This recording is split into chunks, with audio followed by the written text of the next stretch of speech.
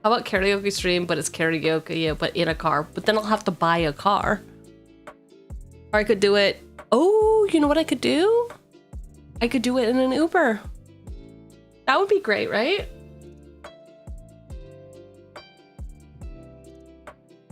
Isn't that like, that's like a thing, right? It's like a thing at on late night television. Because I'm sure that they would love to be tortured like that. I definitely wouldn't get a 1-star review. All right. So we know what we're trying to do.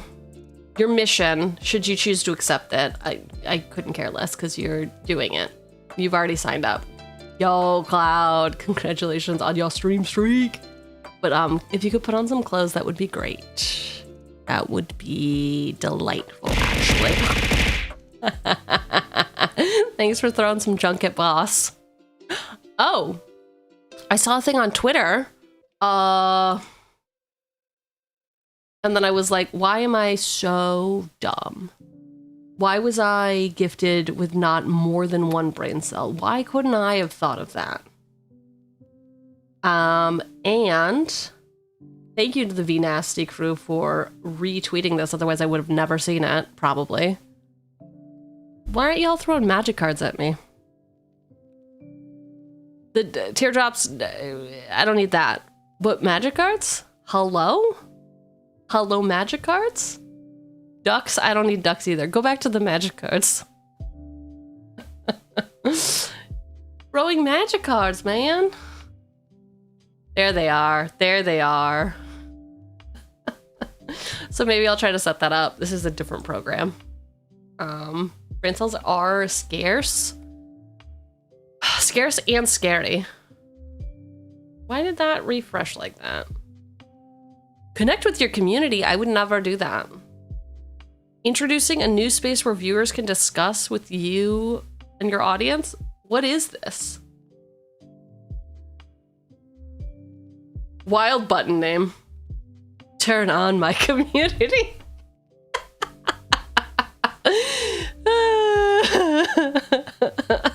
Yeah, YouTube. I thought you were say so. What's up? What's up? This like, you're not supposed to be doing that. You're not supposed to be doing this. Turn on my community? I would never do that. Good and terrifying. Tattle your sex tape. Say so, we do not do that here. We do not do that here. All right, well, I don't know what it means, Here's but... a joke. Despite her plight, I'm sure Evereth's strong enough to not bat an eye at others' attempts on her life. She's really good at deadlifts, after all. I know, this one is fantastic. Because she's a vampire, and other stuff. That one was really good. That one was really, really good. Bob, I'm not mad at that at all. Here's a joke. Sergeant, Commissar. Commissar. The troops are revolting. Commissar, well, you're pretty repulsive yourself. What animal is always at a game of cricket? A bat. Okay. Okay, is thermonuclear an anime? Thermonuclear anime, my favorite. Is that an actual anime, or is that them just saying that this is that the Kill the Villainess is their favorite anime? What's up? I don't understand. I don't understand. Bail. I don't get it. I don't get it. I don't get it. All right. Far-fetched ideas. Not dissimilar from Windborn ideas, right? Right? Because they both have ideas? No? Okay. The brain cells are few. What do you want from me? I'd like to think that between deaths, we get bigger. Okay. I'd like to think that between deaths, Evereth catches glimpses of Urabrask's forge and a trio of demons getting enjoyment from watching her try to escape. Love that. Jury Master Review Mayhem Devil, specifically the new Secret Lair art. Oh my god, the hot mayhem devil. Stop. And Lagamos, a hand of hatred. Jury and mayhem devil give the benefit of sacking things, and Lagamos, and the forge provide creatures to sack. Ooh, I love it. While the lives may vary, the worlds Evereth keeps finding herself in seem to have some common themes. She's typically in the upper class, among the likes of Ayara, Widow of Realms. Oh my god. Widow of Realms. What? Though the city has a grimy underbelly rife with shadow urchins and rabid attacks from the occasional common crook or undercity dire rat, there are parts Evereth doesn't see after each end, such as the grave venerations or the ever-present shady estate salesman Mahandi, Emporium Master, and his cleaner, dauntless Scrapbot. Hi, maiden. Though she is not without a friend on this journey, her beloved cat, 9 Lives Familiar, also follows her from life to life.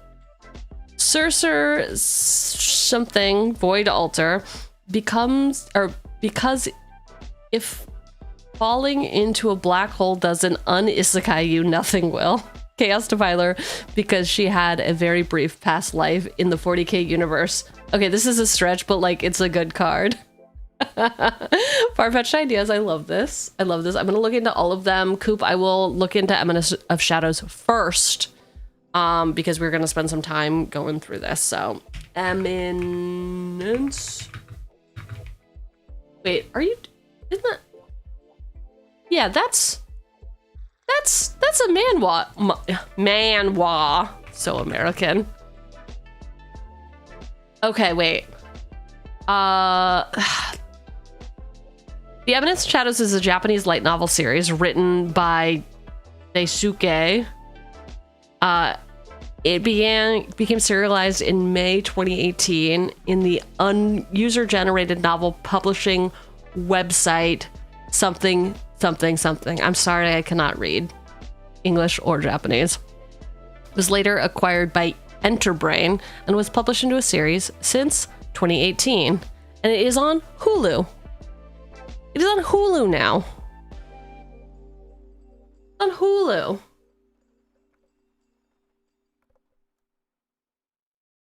True. Manga. I haven't read this one. Looks good. Looks good from what I am looking at and not reading. Oh my god, wait, it's an epic comedy action? I mean, what's not to love? What's not to love? All right, we don't need to look into that then. Names-wise, it really could be a magic card. Listen. That's what I was going for, and then I was like, wait, if it was called Eminence, yes, or Shadow Eminence, yes, but Eminence in Shadows, no. That's manga. Have you all seen the there's like some guy who goes to metal shows and then he has pictures of album art or magic art and he makes you guess, is it album art or is it magic art? And it's very fun to watch. It is very, very fun to watch. All right, first up, Urba's Forge. 2 in a red. Artifact. At the beginning of combat on your turn, put an oil counter on Urabrask's Forge. Then create an individual X1 Phyrexian horror creature token with trample and haste, where X is the number of oil counters on Urabrask's Forge. Sacrifice that token at the beginning of the next end step. Ooh, okay. So it's self-sacrifice, which I like, but also Evereth needs to be the one that sacrifices things. So it's going to get sacrificed anyway, but they are free peons. And then also with what else Far-Fetched Ideas has said, we're going to get payoff for things sacking anyway. We can't always rely on our commander being out, so let's build a sub-theme. It's a sack sub-theme. You all know how much I love sacks, okay? Like, listen. All right, Herbrest Forge. You are in for now. We've got the flavor. We're going to hell in a handbasket. Why not? I would like to distinguish this from my Judith deck a bit, so that might come down to vibes when I am deleting things or like curating things. I'm like, okay, I already played this card over there. How much redundancy, not redundancy, but like, are there other options even if they are suboptimal? Don't know. Jury Master of the Review. Black, red, 1/1 human shaman. Whenever you sacrifice a permanent, put a +1/+1 counter on Jury. Whenever Jury dies, it deals damage equal to its power to any target. Oh my gosh. Oh my gosh. It's Secret Commander. Shh, secret. Secret. This is the person who originally possessed Eris's body in Kill the Villain S. Clearly stronger. Clearly stronger than Our Lady. But also, love you, Jury, you're in. Secret Commander Jury, you're in.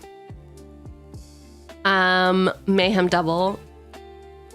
Obviously the vampire one, come on. Hello. Hello. Hello, where are you? This one? No. That one's hot, but no. This guy. Hello. Hi. What's your name? How are you doing? Etc. Some kinds of trouble you just can't resist getting into. It's him. It's this being. I can't resist getting into them. They are 1 black red for this 3/3 devil. Whenever a player sacrifices a permanent, he's going to deal 1 damage to any target. Any target. Whoa. Whoa. Holy shit. Huge. Lagmos. Lagmos. Hand of Hatred. 1 black red, 1/3 human shaman. At the beginning of combat on your turn, create a 2/1 red elemental creature token with trample and haste. Sacrifice it at the beginning of the end step. Tap, search your library for a card, put it into your hand, and shuffle. Activate only if 5 or more creatures died this turn. Ooh, little bit of card draw.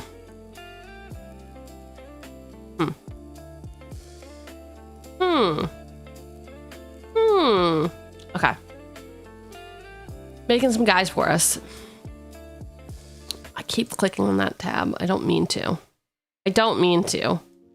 Ayara is a baddie, obviously. Obviously, she's a baddie. For a second, I thought that you said a middle finger.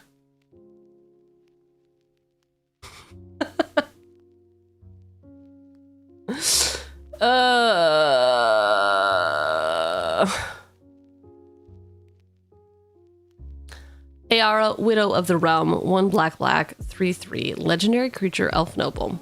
You can tap her, sacrifice another creature or artifact. Ayara, Widow of the Realm, deals X damage to target opponent or battle, and you gain X life, where X is the sacrifice permanent's mana value. I like that ability. It is competing with what our commander wants to do, though, right? Like, it is strictly better. Is she going to outshine? Is she going to outshine her commander? She has to tap, unfortunately. But the life gain is pretty cool.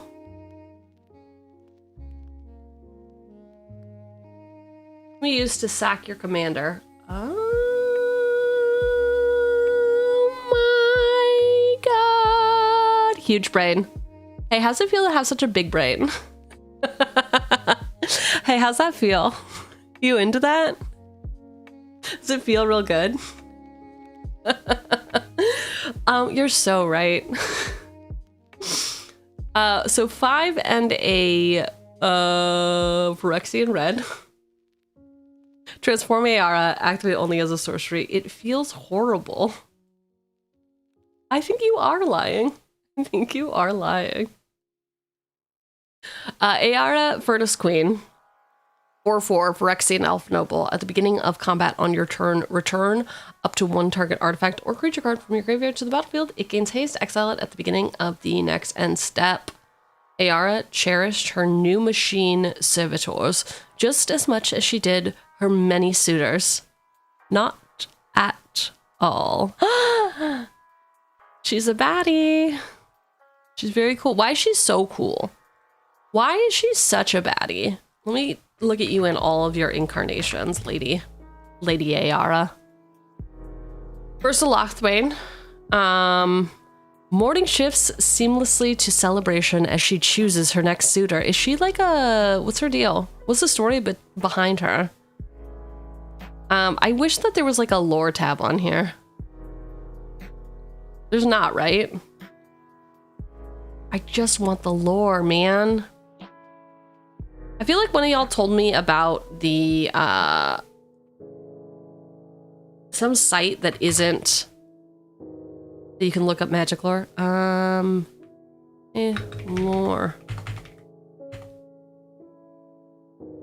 Lore. Because I looked at oh, it's MTG Fandom, isn't it? No, it's not MTG Fandom, because this is the site that everyone was like, why are you looking at that? It clearly look at this other one that's far superior.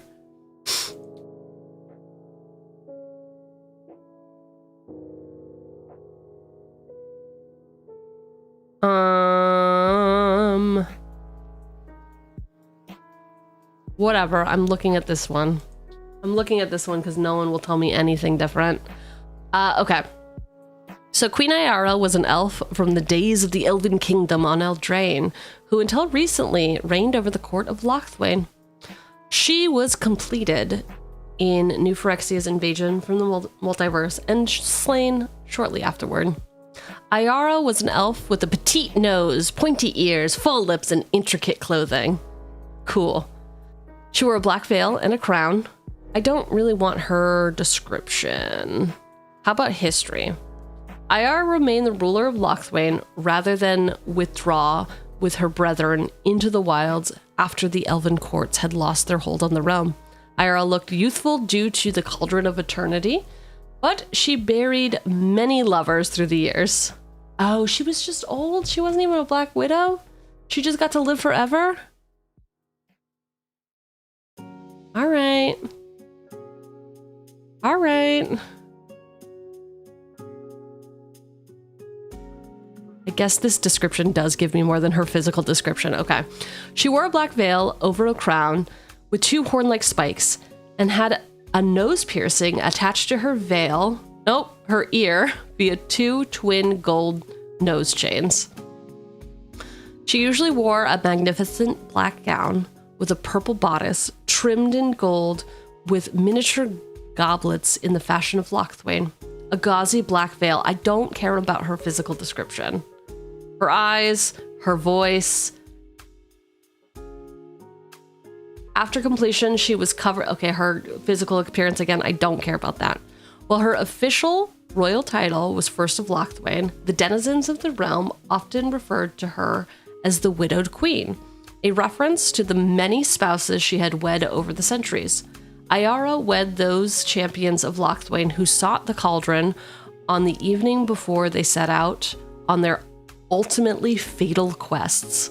By tradition, a year and a day after a champion had set off for the quest, Ayara declared the champion lost and held a funeral party. More often than not, the party carried over into the next day, transforming into the new dawn into a wedding feast for the queen and her next champion spouse. Ayara secretly partook in the wild hunt, although it was outlawed in the land. However, she also worked to foster peace between man and elf. Okay, listen. Oh, right. You can't actually post websites here. My bad. You can leave out the HTTP and the .com, and I'll just get the name of it. Anyway, what a baddie. She was like, yeah, you can marry me, and then I'll send you out on this quest, and if you come back, pretty cool, but you're never gonna come back, so I guess I'm gonna have a party to pick my next guy, my next suitor. MTG Lore is the name of the website. MTG lore. Why is it so hard for me to remember that? Why is that so hard? Why is that the hard thing? Welcome in, Maelstrom. Ayara. Ayara.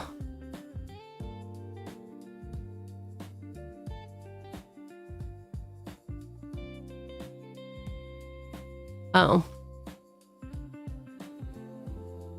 Wow, it's just like a... Ooh, okay, cool. Thank you. MTG lore search gives us the results of any time this person is mentioned in stories. I like that. All right, we figured out Ayara is a baddie, which we already knew. And we also figured out that she can kill? She can save. She can kill our commander. Hey, I'd let her ruin me. Wouldn't you? Would you not let her ruin you? I would. I would do it. I would do it in a heartbeat. Though the city has a grimy underbelly, the shadow urchins. Okay. The shadow urchins. Yeah, I would let her. I would let her. Hell yeah. Hell yeah. Okay, this is a card I'm not familiar with. 2 and a black red. 3/4. Oof. Oof. Oof. Whenever this creature attacks, blight 1. Oh, it's from, you know, that new one. The new lore one, you know. Anyway, whenever this creature attacks, blight 1. So you put a -1/-1 counter on a creature you control. Whenever a creature you control with 1 or more counters on it dies, exile that many cards from the top of your library. Until your next end step, you may play those cards. Interesting. Interesting. All right, so it could potentially kill a guy. And we like guys dying. But you have to, yeah, and you do it whenever you attack. Whenever it attacks. And you have to do it, which is interesting. Exile that many cards from the top of your library until your next end step. You may play those cards. I like it. Are we gonna get rid of a bunch of value though from Ayara dying? Well, we have control. We have control sometimes. Oh, Evereth, I pulled her a while back. Been thinking about using her in your Judith deck. Oh, I have a Judith deck as well. And I had not even considered putting her in my Judith deck because I simply was like, I'm just going to build her. She's so cool. I need to let her stand on her own 2 feet. And we'll see if it works. We will see if I can get her to stand on her own 2 feet with enough support.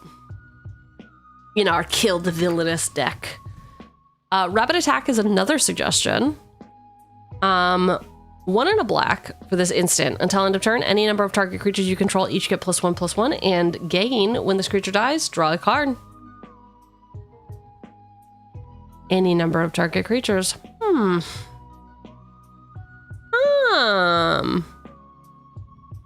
like that. I like card draw. I wish it was the one that was like, and comes back to life. Not dead yet? Is that, what is this? What?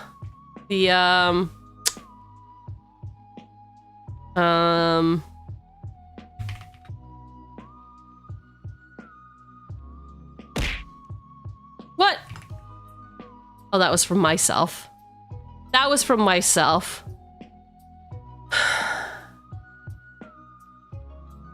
Demonic gifts. You know what I'm thinking of. The story isn't over. Make your own death. I'll find it one day. Not dead after all. This is what I was looking for. Look at her. Look at her. 1 black instant until the end of turn. Target creature you control gains when this creature dies. Return it to the battlefield tapped under its owner's control with a wicked roll token attached to it. Listen. If this isn't going to be in our Kill the Villainous deck, I don't think I can exist anymore. Therefore, it goes in. Come on! It's so good for our theme. Good card? What we want to see is just that she can't kill herself. Unfortunately. Unfortunately, she simply cannot die. Common crook. Crook. Who's a common crook? Feign death effects. Thank you. Yes. Yes. Common crook. 1 and a black for this 2/2 human rogue villain. When this creature dies, create a treasure token. It's pretty cool. Just taking the money out for a walk. That's what you're doing? You're just gonna take it out for a walk, huh? That was common crook. Under City Dire Rat. What's this rat's deal, man? 1 and a black for this 2/2 rat with rat tail. Whenever this creature dies, create a treasure token. I finally worked out how to get the door on the left side open. I hope there's something in there besides rats. It's just rats. Unfortunately, it's just rats. It's making treasures when it dies. Isn't there like a Rat King card? This guy. Is that the guy I'm thinking of?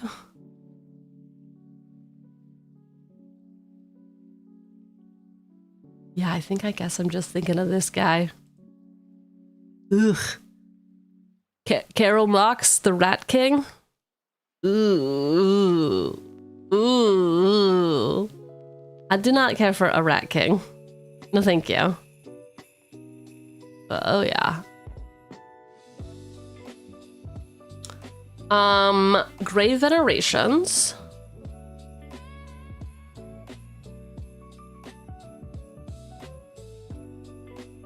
Three and a black for this enchantment.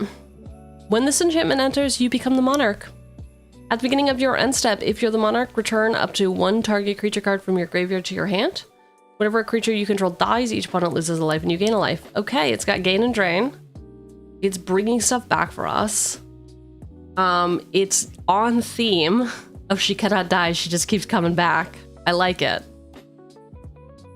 Have y'all seen Grave Venerations played in any decks? Like, I feel...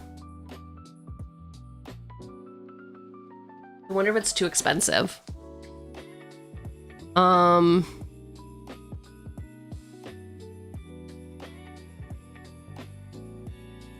do wonder. Let's see.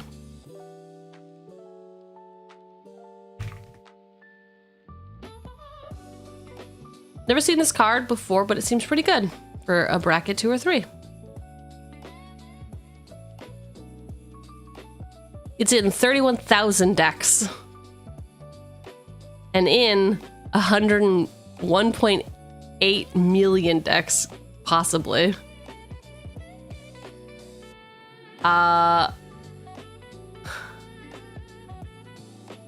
So... I guess it's in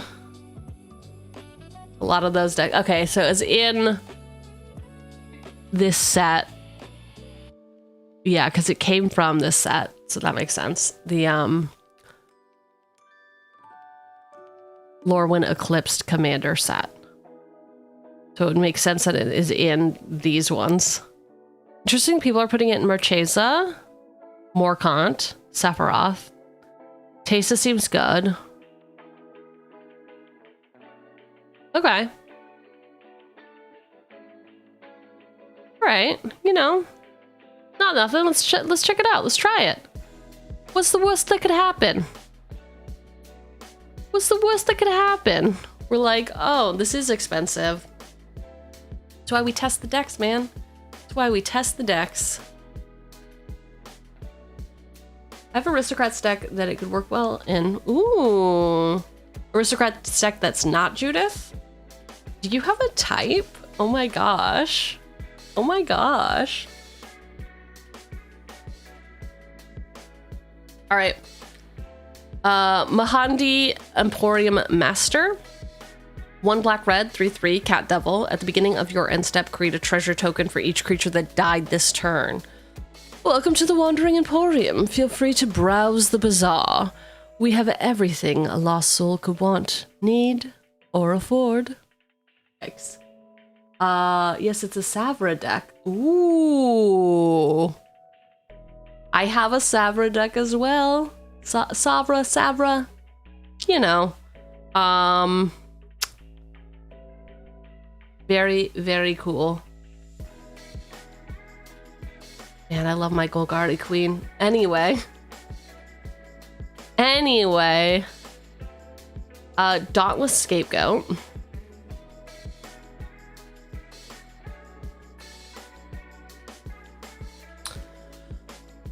I'm sorry. Dauntless Scrapbot. That's the third time I've done this. The wastelands of yesterday's colonies will pave the road to tomorrow's. Free for this 3/1 Rubit. When this creature enters, exile each opponent's graveyard and create a lander token. It's an artifact with pay 2, tap, sacrifice this token, search your library for basic land card, put it onto the battlefield tapped, then shuffle. Alesha who laughs at fate for redundant recursion. Ooh. Ooh, Alesha?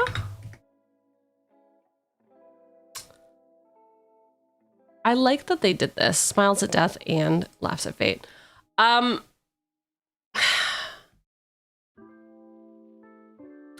Anyway, she's 1 black red, 2/2, human warrior, first strike. Whenever Alesha attacks, put a +1/+1 counter on it. Raid. At the beginning of your end step, if you attacked this turn, return target creature card with mana value less than or equal to her power from your graveyard to the battlefield. I like it. I feel like I'd have to, I mean, I guess we have to be attacking. Usually with like Aristocrats deck, I'm mostly blocking and sacking and not being very aggressive, but I kind of, yeah, let's try it out. Let's try it out. See how she feels. They feel. She feels.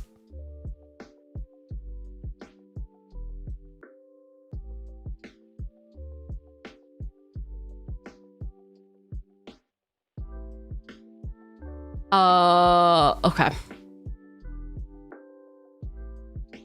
9 lives familiar. Who doesn't love this cat? Who doesn't love this cat that just keeps coming back? This isn't in your decks. You gotta take a look at your life. Take a look at your life. Look at him. Look at him. Oh, he's so cute. 1 black, 1/1 cat. This creature enters with 8 revival counters on it if you cast it. When this creature dies, if it had a revival counter on it, return it to the battlefield with 1 fewer revival counters on it at the beginning of the next end step. Curiosity stopped keeping score. His curiosity killed the cat, but like, you know. Hell yeah, enjoy the rice. I'm sorry about your gout. Rice does sound like a good thing. Pitiless.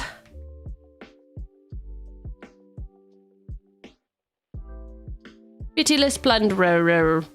Look at him. Why is he eating money? Also, it took me, like, literally, I think I realized this last month when we were on stream that this has been a dead guy the whole time. I literally thought he just had to, like, open a treasure chest. But this is just, like, a dead guy bleeding out in front of him.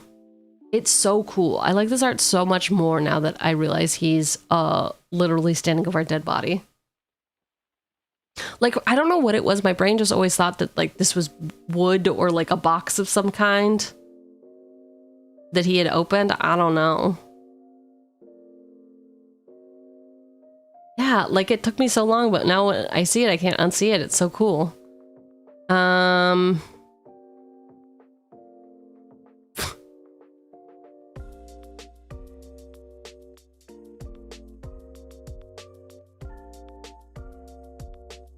What is this from?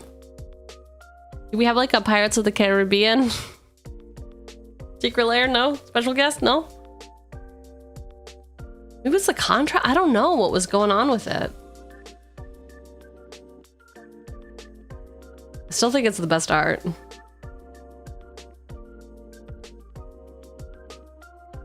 All right. Pitiless Plunderer. Whenever another creature you control dies, create a treasure token. Very hype, very cool. We're gonna kill a lot of guys. We could use our treasure for utility.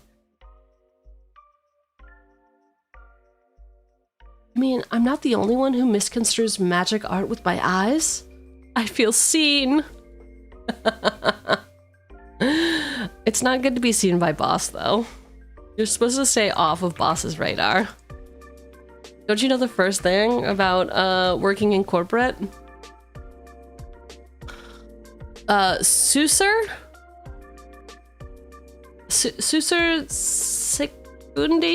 Secundi? Void Altar. It's a planet. This land enters tapped. You can tap it for a black and you can station it.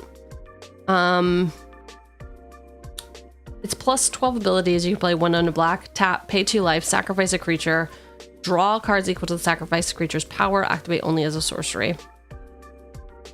I don't like planets. I mean, I hope Star Trek will change my mind, but I just don't like the planets, man. Red, what are we gonna do with you? What are we gonna do with you, Red? Also, hi, V.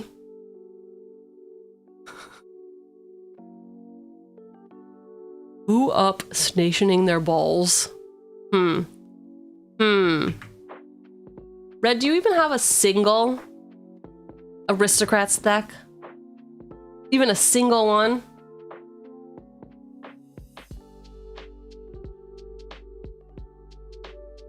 Three black red for this 5/4 demon construct with trample and Battle Canyon.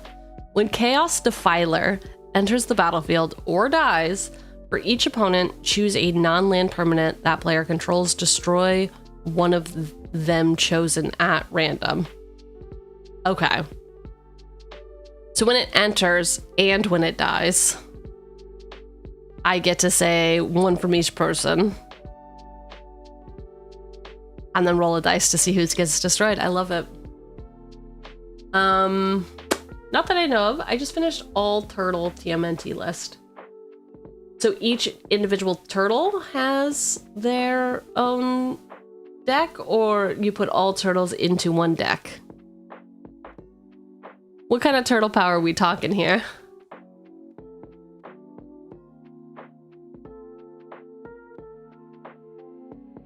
It's a big boy. I mean, we're gonna need something at the top end. I don't love that it's destroy. It's not exile, or it's not that they sacrifice it, which kind of limits it a little bit. It is a nice politics card. That's true.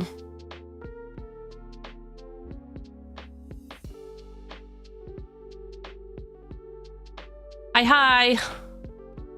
All right. Okay, cool. That is, excellent. Why are we shaking butts? Why are we all shaking butts now? Excellent picture you've painted.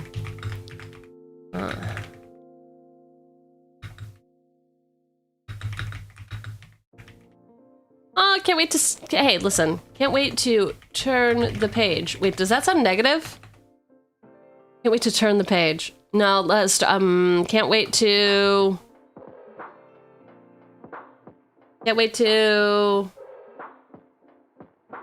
whatever. I'm just gonna say excellent picture you painted. There we go. I feel like everything I always say just ends up negative.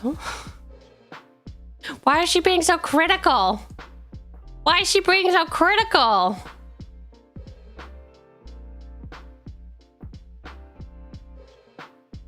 All right, that's done. Are we ready? Are we ready for the stuff? Has anyone recommended animation, module, or rupture yet? Not yet. There is the Discord link again. Did I copy that correctly? Yes. Ish. There you go.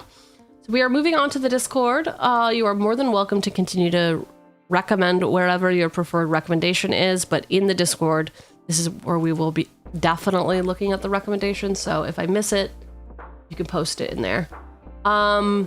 If you want to stack a chunk of stuff at once, Rakdos Defiler has your back. Oh, okay. Let's try animation module first. Hello? Oh, animation module. 1 for this artifact. Whenever 1 or more +1/+1 counters are placed on a permanent you control, you may pay 1. If you do, create a 1/1 colorless servo artifact creature token. Pay 3, tap, choose a counter on target permanent or player. Give that permanent or player another kind of that counter. Design leads to progress. I love this. This is very hype. Do you have this in anything? This comes to us from Kaladesh. I really like animation module. Really, I have a bias for cards that are X amount of years older. It comes 2016's Kaladesh. Rupture.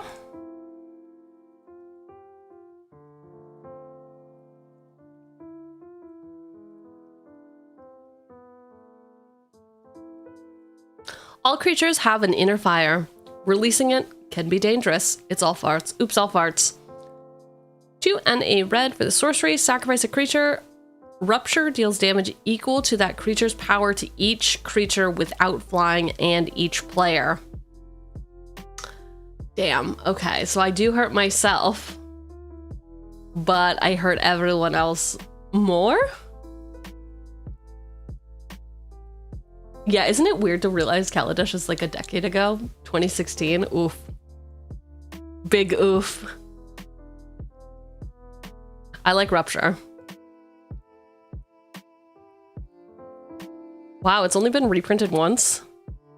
Well, I guess if it's in the list, maybe it was reprinted a couple times as the list spot. But you should have lifelink online when you pop it. That's true.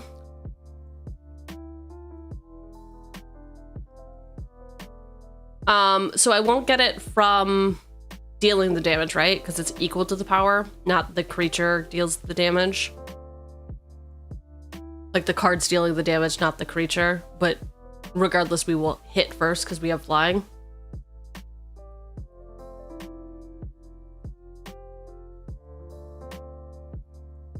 Yeah, because the card is... Okay, cool. I'm understanding. I am picking up. I am picking up what is being laid down. Rakdos Defiler.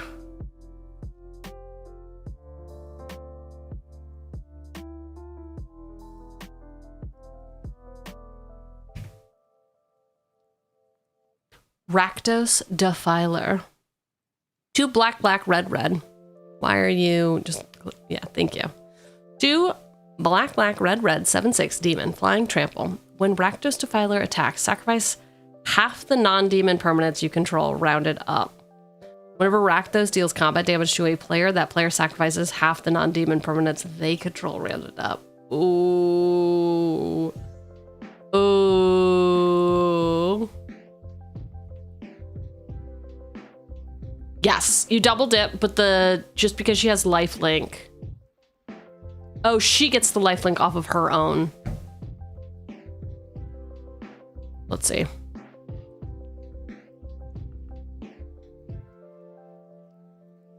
So, when Evereth dies, you may pay 1 and a...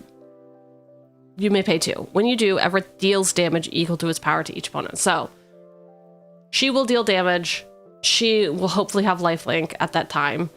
So, it negates the damage that we would take and deals double to everyone. Yes, Rupture is not dealing the extra lifelink damage, but Evereth is. But Evereth definitely is. It is a really good thing to point out, too, is we haven't really dipped into the treasure too much. Like, we have Pitiless Plunderer now. But the treasure enablers, we haven't started actually looking at the list, but I returned from retail therapy with a Marvel bundle. Alas, no jumpstart. Did they look at you sideways? They were like, but why? Nobody plays jumpstart these days. What are you doing?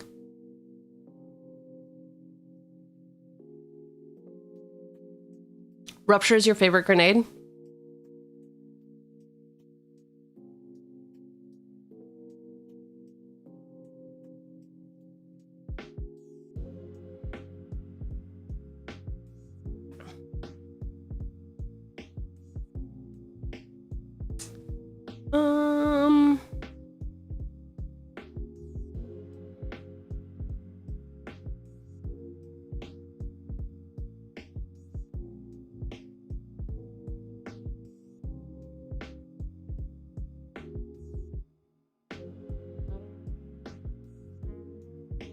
Oh no.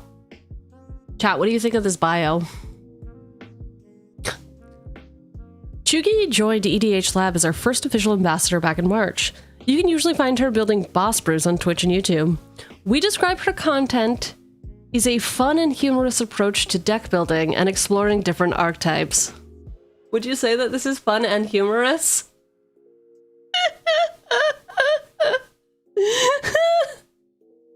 Would we say this is fun and humorous or fledgling and a waste of time? Which one? Take your pick. At least one of those things at any time. Also, that's sweet that they say that we're exploring different archetypes when really it's just hot ladies. Hot ladies with no win con. That's the single archetype. I mean, that's one way to phrase it.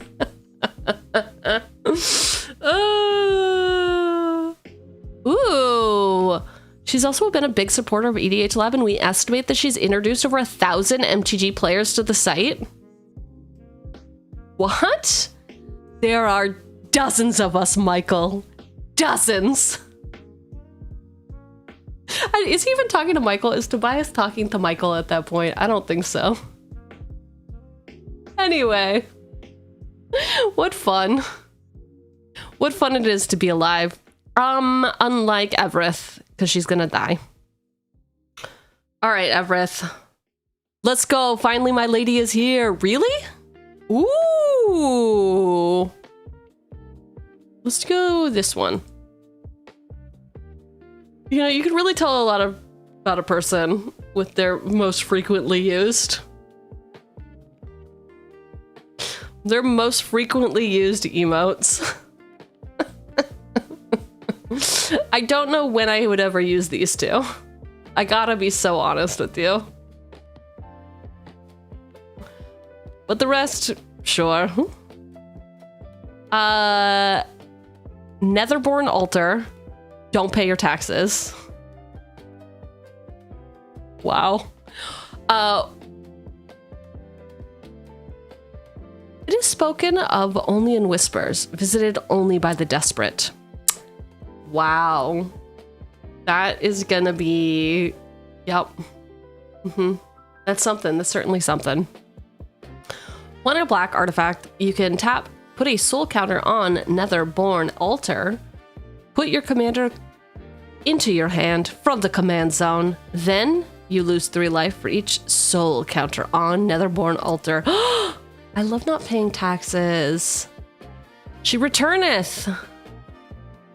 She returneth indeed. Okay, so free, no commander tax. I guess technically this is the first time we would pay the commander tax because the first time. Anyway, whatever. Yes, I see the vision. I don't need to overcomplicate it. I can see the vision. We're trying to kill her a lot. She should be going back to the command zone frequently.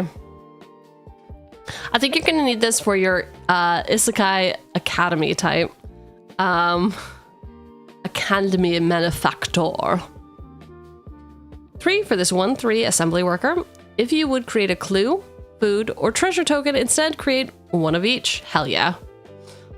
Automated system at the Tellurian Academy sort new acquisitions for optimal use, determining which should be studied, eaten, or sold. I love this. Remember how Infinitokens taught us that this was not Academy manufacturer? Manufactor?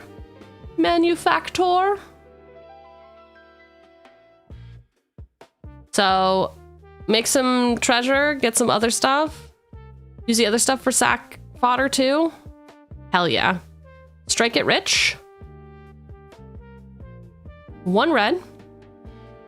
Strike it rich, sorcery. Create a treasure token. Flashback for 2 and a red. A few coins soon grew into an obsession.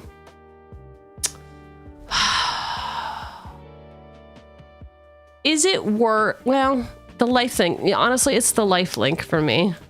It is... We need the treasures to give her life link because she's the one dealing the damage when she dies, which is great.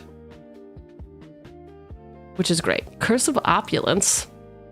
Enchant player. Whenever enchanted player is attacked, create a gold token. Each opponent attacking that player does the same.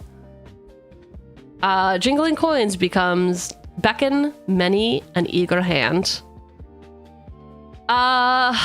Gold is not treasure, unfortunately. Everett does not care about gold. She only cares about other valuables, unfortunately. It is still a thing we can sacrifice to her. But I don't think we have enough right now.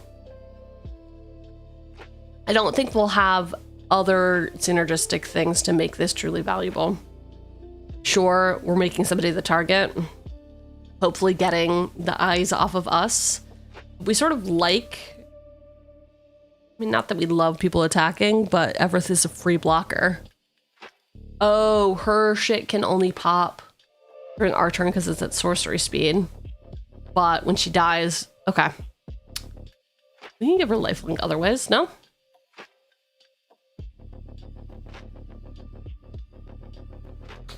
Curse of Opulence, perhaps. Everett knows there is always some local kingpin like guy to deal with. That is true. There, you always have to deal with the guy. There's always some guy, some politician fucking shit up. 3 and a black for this 3/6 human villain with menace. Whenever you sacrifice Kingpin or another creature, create 2 treasures? Are you joking me right now? Have you seen this card? Have you even bothered to read any of the cards from the new set? Because I sure didn't. What do you mean? Okay, so it only triggers once? Once forever or once each turn? Oh, each turn. I could keep reading and then I would see that it said only once each turn. Because if I kept reading, then I would know that it was each turn instead of just once. I have problems. You should feel bad for me. Life is so hard. All right, Kingpin, you're in. You've made the team. Her tool of choice, the Blade of the Blood Chief, is often used in deadly disputes, especially when she meets an impulsive pilferer on the way to Mahandi's to go see the guy. Go see the guy about the stuff. Go see the guy about the stuff. For those interested, these are my absolute favorite when you have to make a sentence with these. Blade of the Blood Chief. 1 for this equipment. Whenever a creature dies, put a +1/+1 counter on equipped creature. If equipped creature is a vampire, which she is, chat. Did you hear how excited I got? She's a vampire, put 2 +1/+1 counters instead. I love it. She's definitely gonna get this blade. She got it. She found it just like all good manhwas. She went on a quest with some information. It was. I got very excited. Because she's a vampire. I am a vampire. I am a vampire.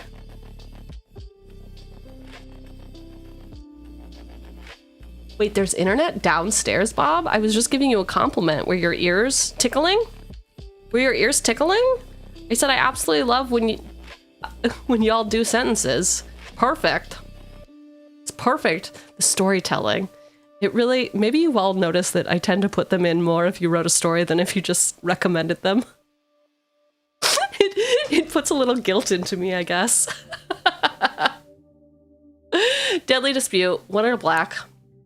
Instant. As an additional cost to cast a spell, sacrifice a creature or artifact. Draw 2 cards and create a treasure. Perfect. Perfect. Let's get the best printing. Noted, I will write a small blurb when I suggest to you, like the unglued card. Oh, she got them long arms, dude. Were you playing Warframe today, or were you playing something else? I took a peek for a second. I hope it was fun. All right. Which Deadly Dispute? Ain't you heard of Honor Among Thieves? Thank you, Mod. Warframe, but your throat is killing me, so you ended early. Okay. Well, good thing that you're overseas, right? You're a Brit, so you can have tea, and tea helps. See that? See that circuitous route that I took to become a relatable human? It's terrible. Anyway, which is the best Deadly Dispute? Actually do. So at my streaming setup, I always keep cough drops near. And the ones that I have that I think I've found are the best are the Honey Lemon Chill from Vicks. Vapor Cool, Severe, Menthol, Oral, Anesthetic? Anesthetic? Is that what it is? Ooh, maybe I shouldn't be eating these like candy. Anyway, tea does help, but it's hot as fuck. Oh, that is true. It is true.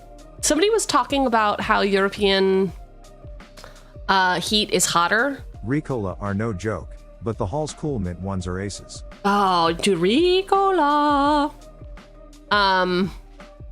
Mia, you how are you gonna go to MagicCon? Isn't that like next week? Go get that taken care of now. She says as if anyone can go get healthcare whenever they feel like it. Oh jeez. I hope that it heals by then. Did someone say circuitous route? Resident 4 Mana Ramp 2 Enjoyer has been summoned. What's up, boss? What do you need? Food? Alcohol? A gun? A few interns to fire? Figurative firing or literal with the gun?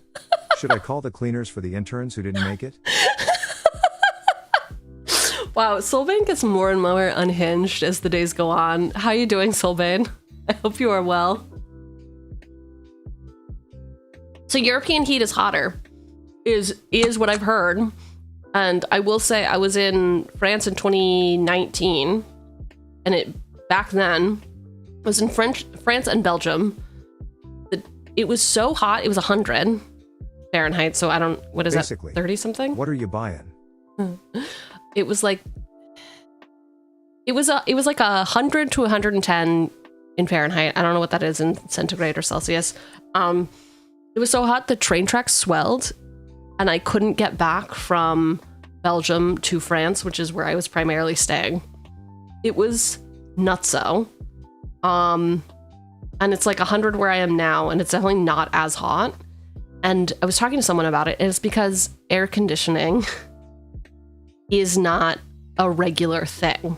So even when it's hot in the States, if you're walking anywhere, as soon as you get to the next place, it's automatically cool. Our cars have great air conditioning. Everywhere that you go inside is going to have good air conditioning. It's like night and day. It's crazy. So yeah, European heat is, I don't know that it's hotter. I just don't know that you have the ability to get cooler at any point. It's really, yeah, the AC isn't a thing. They had to buy, at my hotel, they had to buy box fans for the hotel room. So it's like, it was 100 degrees and we just had to like leave the windows open with a box fan. And then here's a trick. Get ice pack if you have it. out of the freezer, put it in front of the fan that you have, and it'll act like a makeshift air conditioner. It's perfect. It's so good. Specifically, UK heat is hotter than Nabacuace. It's more humid than Nabacuace. It's more humid in Europe than in Na, and because we are normally in colder climates, our homes are built to retain heat and not let it go in and out, and less than 1% of homes have AC, and due to it being more humid, our sweat doesn't evaporate as easily, so it's just boiling on our skin and not evaporating. Had a lot of time to think about this, son, haven't you? Haven't you? What is the humidity? Yeah, it's only 64% humidity right now here, which actually is kind of insane, but not that bad. Not that bad. I apologize for your European heat. If there's anything I could do, you know that I would. All I can do is make fun of you, though. Would that help? Ease your burden in a meaningful way? No? Okay. That's kind of on me, isn't it? All right, so what is the best deadly dispute? Is it going to be Long Arms? Is it going to be Black Widow? Deadpool? Black Cat? Sonic? Final Fantasy something or other? I kind of am liking the Snake, dude. The Snake is pretty freaking cool. We got the OG. We got the Jumpstart. We are building a Jumpstart deck. Okay, this is pretty... By the way, boss, did you ever get cool. that booster pack from winning the game show? If so, what pulls did you get? I do not remember what pulls I got, but yes, I did get a booster pack, and I did get Final Fantasy like you recommended. I wish that I could tell you what pulls I got. I do not remember. But know that they were very good. And I will participate in any game show you do ever. As long as people yell, rigged! She can't come back! She magically won was it somehow. That one guy from the pre-con? It was that one guy from the pre-con with the hair and the big sword. Fuck you.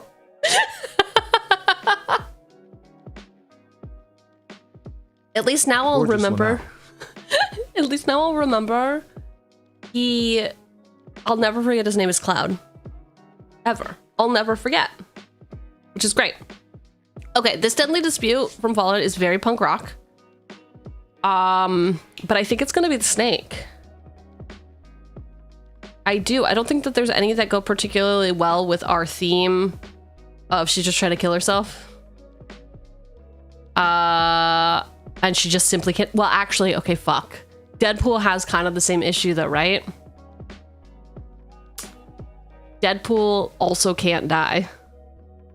You keep killing him, but he can't seem to die, which is her whole thing. We are building a kill the Villainess deck. Yeah, kill the Villainess. That's the whole deal. She keeps trying to kill herself and she can't die. So we will go. And Costly Plunder is the one with Veraska, so he's doing the Veraska thing. I like this. We're gonna go with this one, not the party one. Well, is it a party? Sure, why not? It could be a party. Costly Plunder, Deadly Dispute.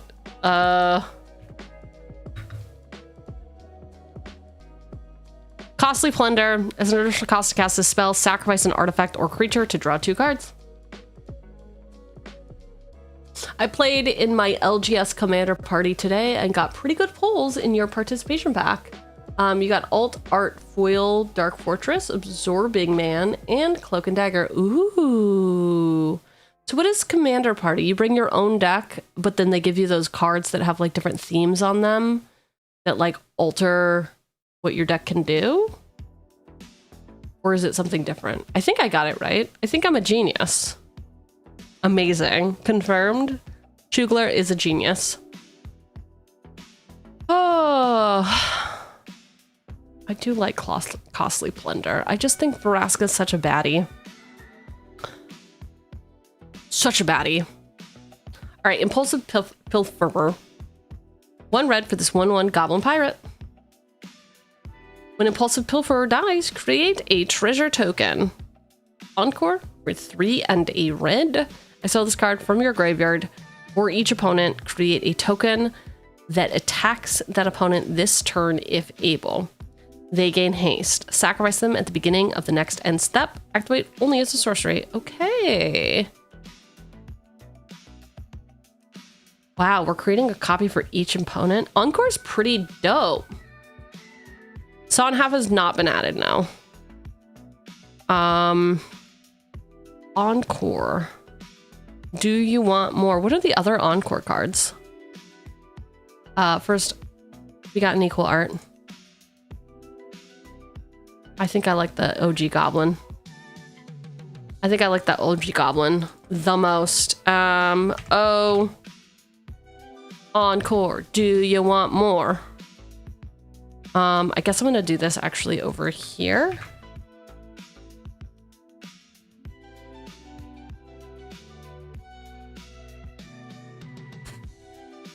Because then it'll make it easy for us, right?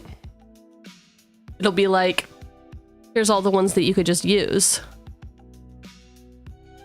Do we have any cheapy peepees? Any cheapy peepees?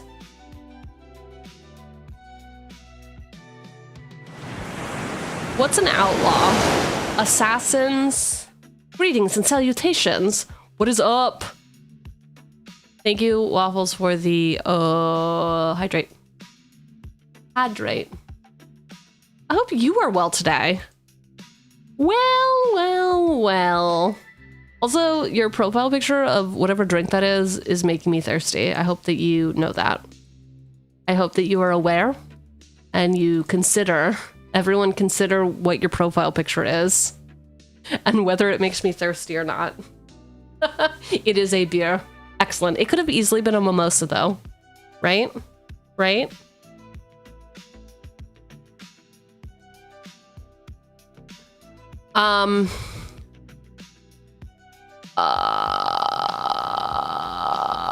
Why doesn't it say? I'll have to ask every fucking time. New. Hello? New. MTG Outlaw. Assassin, mercenary, pirate, rogue, and warlock. Okay, we got a lot of pirates. I don't know how many assassins we're gonna have. He already has it. He already has it. Thank you. Whenever spellbinding soprano. Spellbinding soprano attacks, instant and sorcery spells you cast this turn cost 1 less to cast. Interesting. So then you recast it for his encore. And you get 1 for each opponent, which means all 3 of them attack, and then instants are reduced by 3. That's pretty cool. That's pretty cool. I hope my PFP doesn't make you thirsty. Your one on Discord does. How about that?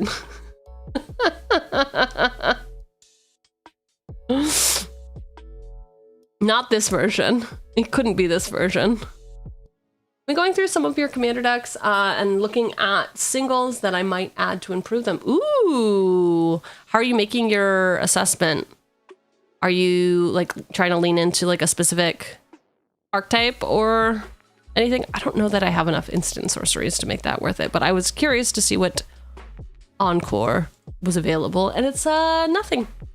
Not really supported, which is wild in this, because isn't Rakdos just all about? Almost finished with the commander deck you're building at the moment. Who is helming it, son?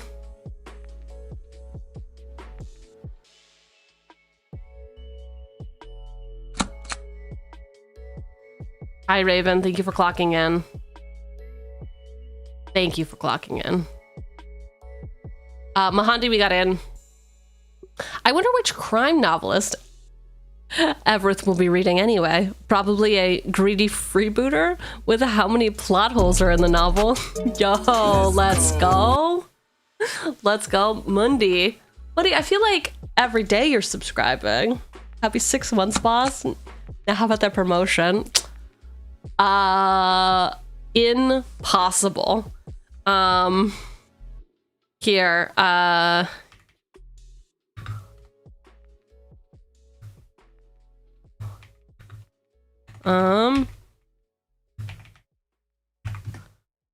I do this? I cannot. Yes, okay. Pause. Unmute. Oh, I hate this. 1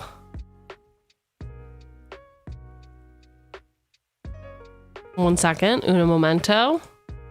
Uno momento. We're figuring it out.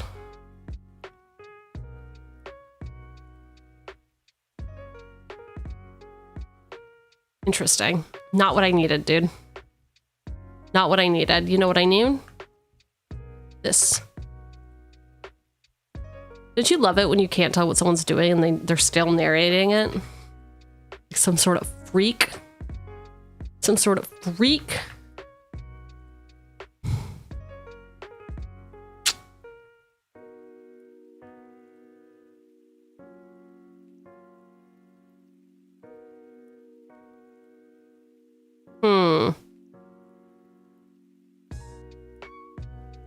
None of these make any sense.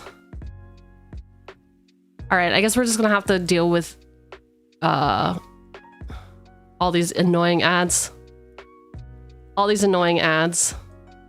Shh. Shut the fuck up. All right, here's what's gonna happen. I'm just simply gonna drag this to the side. Does that work? No, it doesn't work. It sort of works, actually. They'll just be hidden behind me. Have you seen this? Yu-Gi-Oh! If it was about tech jobs, I don't get any of the jokes because I'm not a Yu-Gi-Oh! Player, but I do work in tech. I do work in tech. Okay, here we go. Wait. Let's see if you can hear this. Engineering, and I put him in defense mode to vouch for me during this performance calibration. Here we go. We're restarting If Yu-Gi-Oh! Was about tech jobs, I summoned my engineering manager and I put him in defense mode to vouch for me during this performance calibration.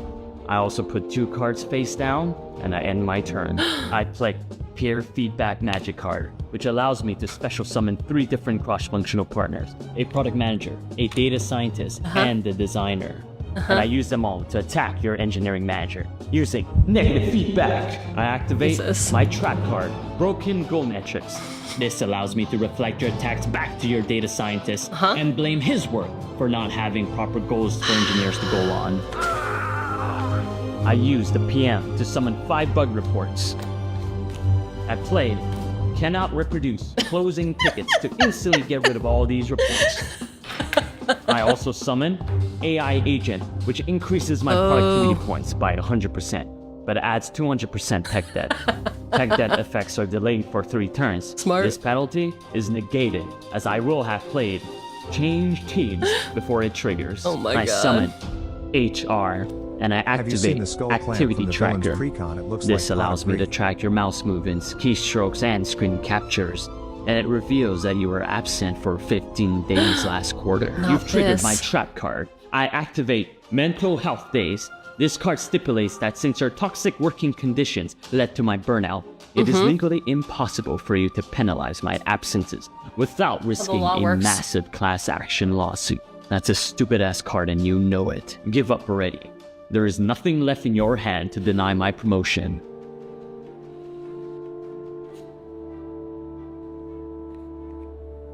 This is what I'm thinking about when you ask for a promotion, by the way. It's me. Every time you ask. I'd say normally you'd definitely get that promo, but there is no but. I'm getting my promo. But what you fail to account for is that my deck contains an unstoppable force. Company-wide layoffs. Impossible! I have assembled all conditions necessary to summon this card. AI, COVID, investor pressures, geopolitical headwinds. I summon company-wide layoffs, aka Exodia! Wow. it's not possible. We're a well-capitalized big tech company. You can easily afford all your employees. I don't care. Exodia, obliterate him to the permanent underclass! Not the permanent underclass. Oh no. Anyway, this is when I stopped watching because I was like, Exodia has too many teeth, right? It's so weird.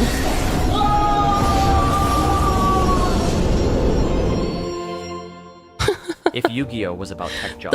The open to work was pretty good at the end. I mean, come on, that one was pretty good. Anyway, that's what I'm thinking about when you're asking for a promotion. How can I top deck mass layoffs? So sorry, lads. Didn't mean to trigger a layoff. Did not mean to trigger a layoff. Too late, though. Can't take it back. Counterpoint, but I'm the owner's son, Kappa. Fair. Fair. Nepotism is real. Okay. Crime novelist, 2 and a red for this guy. He's just a little guy. Whenever you sacrifice an artifact, put a +1/+1 counter on crime novelist and add a red. Oh, so it's taking care of the treasures that we're gonna sack. We're still getting that mana. I like it. Does this little guy come in any other flavor? No. Just this one. All right.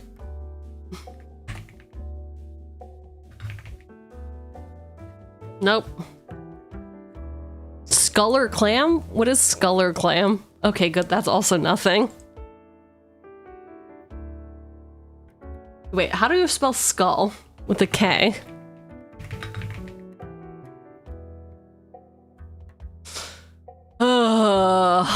How do you spell skull? I didn't need you to actually spell skull. What must you people think of me?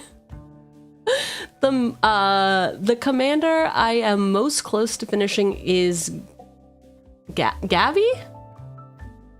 Gabby? Both of you. What are you doing? You spelled it wrong twice. I know, but my brain was gonna catch up eventually, okay? I think you need a drink, is what I think. Thank you, I appreciate that. I appreciate the drink. Sis. You need more drink, not less drink. Yes, this does look like Pot of Greed, a card that I'm very familiar with because of Yu-Gi-Oh! And I'm a Yu-Gi-Oh! Master. Grand Arbiter Augustine the Fourth. Do you not want friends? Do you not want friends or people to think anything but negatively of you? Are you unwell? Who's gonna let you get away with that? Googly Eyes was not working earlier, so I did turn it off so nobody fell into the trap. I don't know why it wasn't working. It literally just didn't work. Unfollow and sub. Thank God it's about time, Breads. I've been waiting for this moment. I have been waiting for this for so long. Dinosaurs. Every deck dinosaurs. Kel Surprise.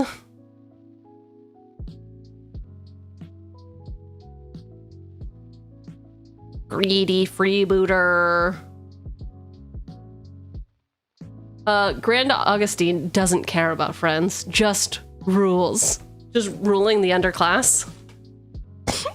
Well, listen, best of luck to you. And the lonely, lonely life you will live. Just kidding. I've never actually had to go up against a Grand Augustine deck. People say that it's very oppressive, but like, how bad could it be, you know? How bad could it be? Arbiter. All right, 2 white, blue, 2, 3 human advisor. White spells cost 1 less to cast. Blue spells cost 1 less to cast. Spells your opponent's cast cost 1 more to cast. Okay, so you're just playing with yourself. This is the solitaire deck? This is the I play now, you no play. I play lot, you play none. Is this what's happening? Hey, the Arbiter is a conduit of justice. A will so disciplined that it dispenses justice without ego or remorse. Super stacks. You're a villain and you're leaning in. Yeah, you don't get to play the game. So sorry. What does Bruvok do? I'm just gonna say Bruvok. If an opponent would mill, oh, he's just the mill king. I understand now. He is just the mill king. Really like the Fallout art for Grand Arbiter. Or Gabby, as everyone else knows him. Okay, if you're not playing this version, I guess if you are playing this version, we can forgive you. We will learn to forgive you.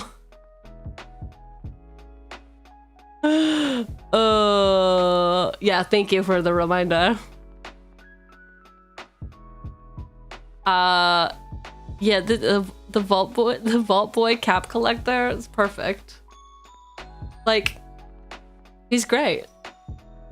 If someone plays that Vault Boy version, they are allowed to be a jerk. They are allowed to be a jerk. Because we can all laugh and laugh and laugh about it. He is the tax man. Someone knew what they were doing with that. Why Exodio got so many teeth? Thank you. That's what I wanted to know. That's what, I mean, it's AI, that's why. But I'll give them a pass because they literally did the rest of it. I guess maybe not the rest of it. I guess the cards too. The new Black Panther is gonna be my second Azorius deck ever. Such a bad color combo. How dare you have opinions? You say that, but also Esper's sick. Bruh. Greedy Free... does he have other art? No, he still doesn't have any other art. Okay. He's all the way back in Ixalan? Damn. Did Ixalan come out? I guess I could look here. 2023 is when it came out? That can't be right. Oh, it was the Lost Caverns, that's why. Whew. Duh. Just simply don't ask for a promotion. I've also been looking at building Karavac the Merciless as a group slug. You are pure evil. We talk about how toxic that Fallout Secret Lair was, that it was just a, here you are, here's all the most toxic cards ever printed. Let them know you got a secret lair in every game you play with them.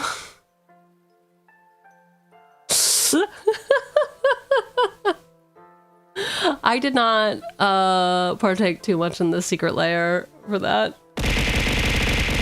Whoa. Thanks for the junk. I so appreciate your junk. You demand a promotion. You can't, I mean, you're paying me to be here. So, I guess make any demands you want. But it'll cost ya.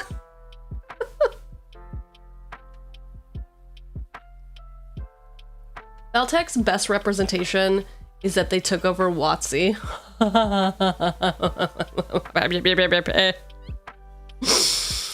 Greedy Freebooter, 1 black for this 1/1 human pirate. When Greedy Freebooter dies, scry 1 and create a treasure. Hey, he's dying.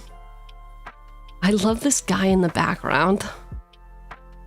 He's greedy, so he didn't see the thing pop up behind him.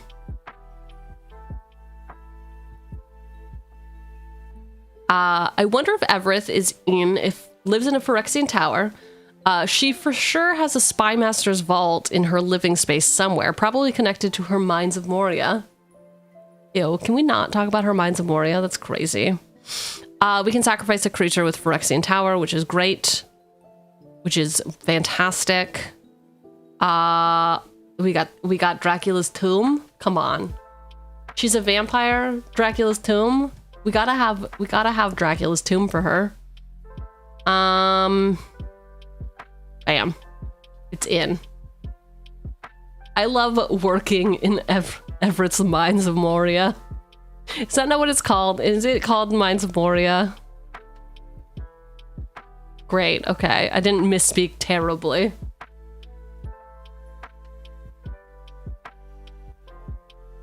Spymaster's Vault. It's a land. Spymaster Vault enters the battlefield tapped unless you control a swamp. You can tap it to add a black. You can pay a black tap. Target creature you control connives, or X is the number of creatures that died this turn. Cool. Cool. Evereth can connive. She's conniving. She's backstabbing. She's doing the most. Mines of Moria. Moria. Wonder of the northern world. We could have rhymed something there. Moria, all the Gloria. Right? Is that not a better chant? Can we just talk about that would be better? Moria, all the Gloria. Don't bonk me. Mines of Moria enters the battlefield tapped unless you control a legendary. You can tap it for a red, you can tap it for 4. Exile 3 cards from your graveyard to create 2 treasures. Okay. Alright, we're turning dead things into gold. I love it. Not sure about that one. Not sure about that one. Alright, Merc. Dreadhorde Invasion gives you a body to sacrifice every turn. Yo, you know that my body count is huge. I mean, not mine, but you know, the villainous. The villainous Evereth. Less for you, Moria for me. That's pretty good. It is pretty good. The Stacks Player Starter Kit. Yeah, I mean, hey. At least they get something nice.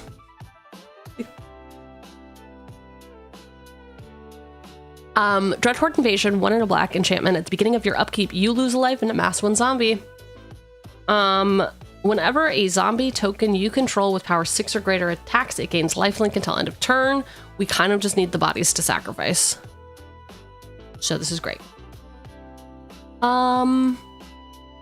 What is this emote? Is that a dog? Is that somebody's dog? Why you got that dog in you? Smoke Spirit's Aid is... I'm sorry. Smoke Spirit's Aid. This one's been coming up a lot recently, but I feel like it'd be great in this deck too. Note, you can target your own creatures. X and a red sorcery. For each of up to X target creatures, create a red aura enchantment token named Smoke's Blessing attached to that creature.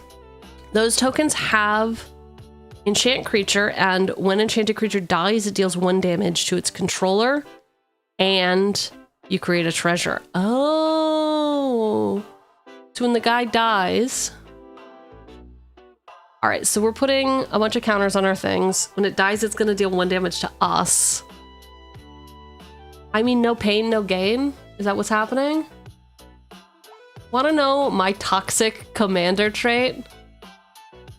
I won't use tokens unless both the sides of the token are useful in the deck I'm building. I'm real OCD about that.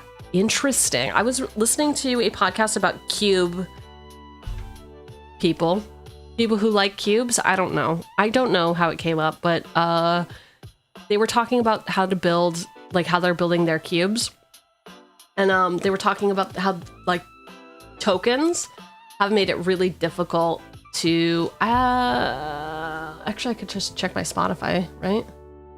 Recents, maybe I can. Podcasts, no, it's not here.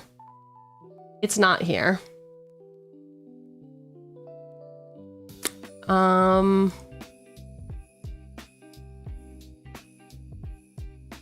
Something...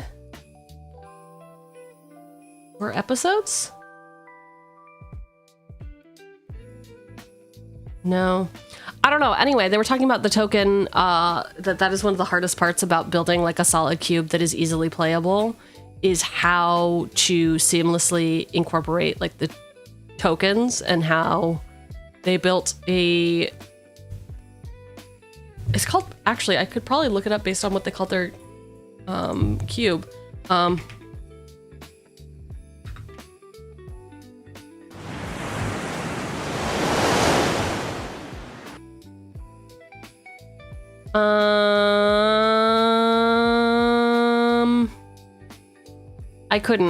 I couldn't find it. I swear they called it perfect symmetry, but maybe it's called something else.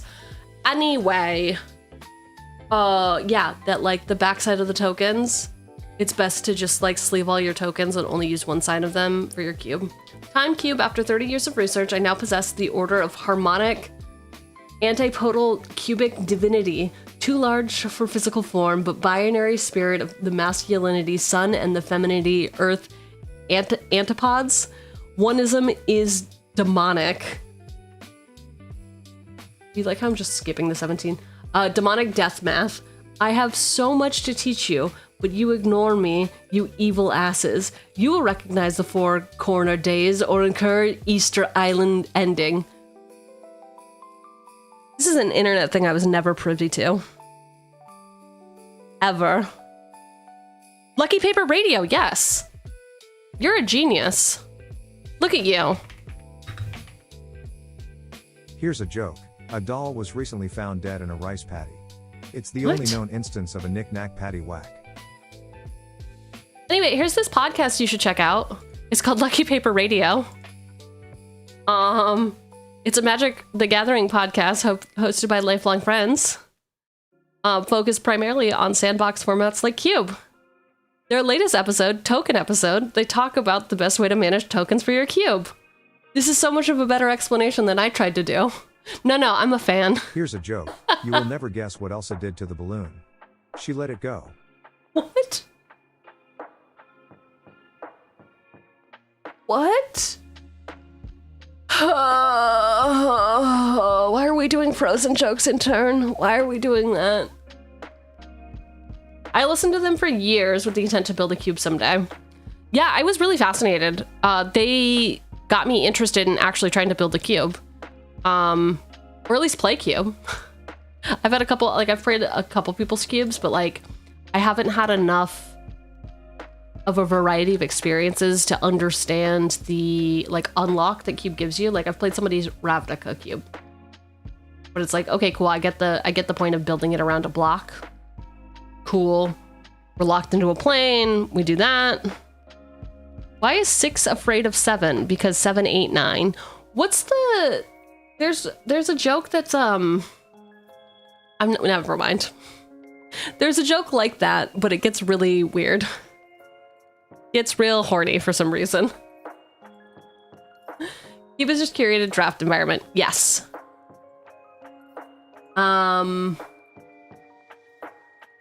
So basically, yeah, you curate the cards yourself, and then you put together packs.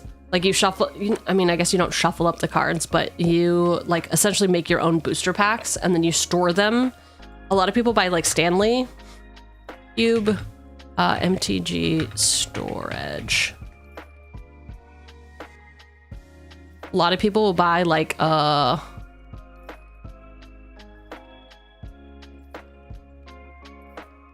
specialty boxes like this, so that each thing comes in like a pack, like its own. Here's a joke. Real fake I pack. heard there was a new store called Moderation. They have everything there. Everything in moderation. Ha ha ha ha ha ha ha ha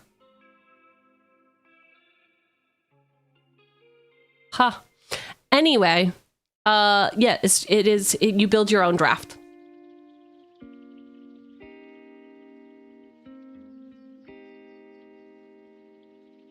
Shambling Ghast. Oh.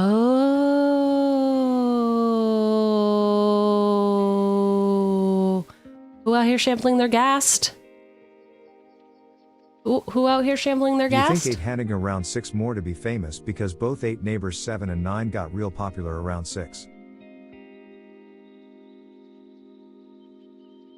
No, it's not that one. It's not that one. When does a joke become a dad joke? When it becomes apparent. That one's good. That one's really good. Anyway, Shambling Ghast, 1 black, 1/1 zombie. When Shambling Ghast dies, choose one. You can either brave the stench, target creature an opponent controls gets -1/-1 until end of turn, or you can search the body to create a treasure token. Very hype. Look at this. What is this snail? What's this thing called in the background in D&D? Snails with hydra heads. Ugh. Ugh. There's that big one. There's that big snail with that guy. Anyway, yeah, shambling gas is a given. It's a given. Bam. You should work at the cemetery then.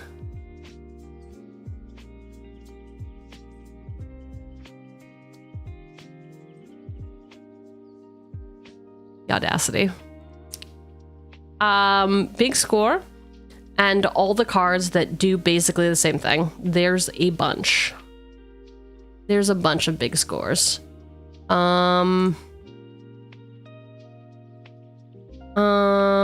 gotta first find the best art. All right, well, apparently we cannot find the best art.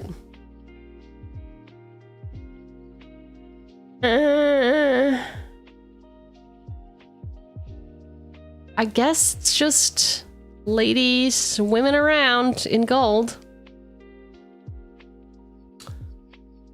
I can't read Japanese, so it's not happening for you. I can't read Japanese, nor can I remember what any card does. So 3 and a. This is okay. Here's how I learned this.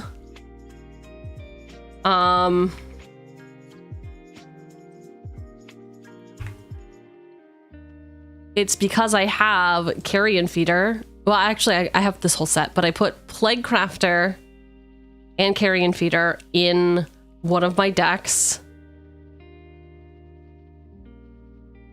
Oh, you won't even show me the Japanese version. Anyway, it's Plague Crafter in Japanese, and every time I'm like, I cannot remember what this card does.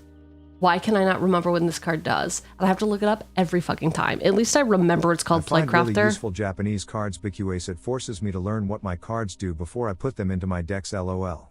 Oh yeah, no, that would never happen to me. I would simply never do that. Are you crazy? First I have to read the cards, now I have to memorize the cards? It's not even a game at that point, that's just homework. You should run Vault 21. When Plague Crafter enters the battlefield, each player sacrifices a creature or planeswalker. Each player who can't discards a card. Plague Crafter is a hottie with a rockin' body, cannot be bothered to remember what it does, apparently. I find them not very useful because I can read Japanese, so I can put off remembering the cards. Weird flex, but okay. We still saying things like that? Can we talk like it's 2006 still? Vault 21. Is this what you mean? This card? This card that is a saga? 1 or red. Act 1 and 2. Discard a card, then draw a card. Act 3. Reveal the top 5 cards. Reveal up to 5 non-land cards from your hand, or each of those cards that has the same mana value as another card revealed this way, create a treasure. I don't want to show people shit. No way. I still talk like that. Oh.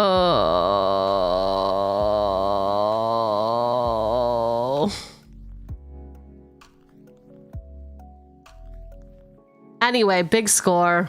As an additional cost to cast as well, discard a card. Draw 2 cards, create 2 treasures. Perfect.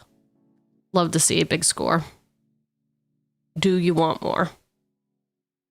Big score, do you want more? They're called pillage effects on Scryfall.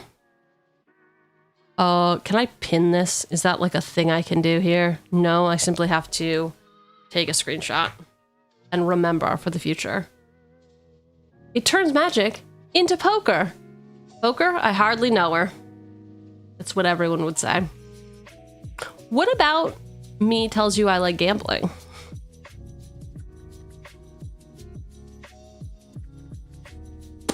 I can pin it.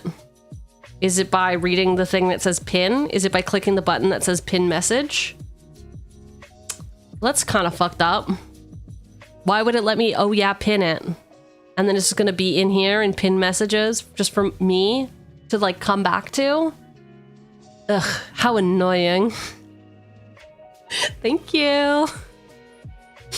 The Master Multiplied is the crazy insane character from the novel that should have died earlier in the novel, but due to Evereth's actions, he's still fucking around.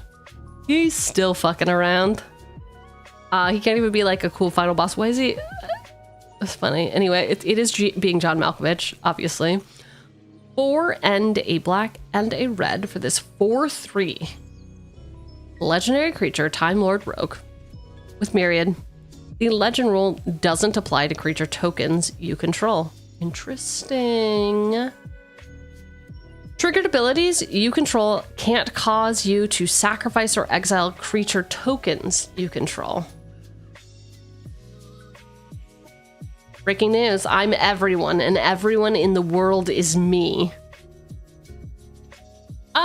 Triggered abilities you control can't cause you to sacrifice or exile creatures. So, ETB triggers, LTB triggers, activated is different. Huh. Master lets your myriad creatures stay at the end. Yeah, and my Herbrask stuff. Yeah, myriad tokens don't get sacrificed.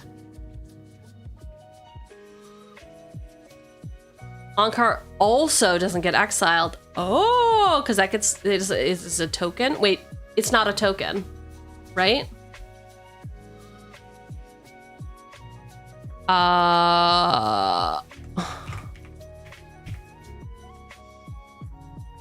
Exile this card from your graveyard for each opponent. Create a token copy. Oh my god. Huge unlock. Too bad he looks like a psycho. Why are there so many of him? Oh, he looks totally normal here and not creepy at all. I think I prefer the creepy version. The hell is this? Yeah, he is a psycho. Okay, cool. Great. He looks like a psycho because he is a psycho. All right. He's pretty cool. He's pretty cool. Wait, Doctor Who? What are we talking about? Don't you think I'm so funny? Wouldn't you love to explain Doctor Who to me? Oh, that joke is so funny. No one's ever made it before. There's a plot point that he was everyone. Yeah, if I'm going to be so honest, I don't remember a lot of Doctor Who. I remember Fish Fingers and Custard from literally the very first episode of Doctor Who I ever watched. And then the rest of it kind of blurred together for me. Yep, I started on Matt Smith. I remember the Weeping Angels, but I only because there's a VTuber that's a Weeping Angel. And what, when you look at them, they stop moving? And then they murder you if you blink? One black, one red artifact. Whenever one or more artifacts you control leave the battlefield during your turn, create a 1/1 colors construct artifact creature token. This ability triggers only once each turn. Sacrifice an artifact. Oniko Anvil deals 1 damage to each opponent. You gain a life. Hey, thanks for the shirt back on. What's that about? What's that about? You looking for a reset? I'll give you a reset. I will give you a reset. There you go.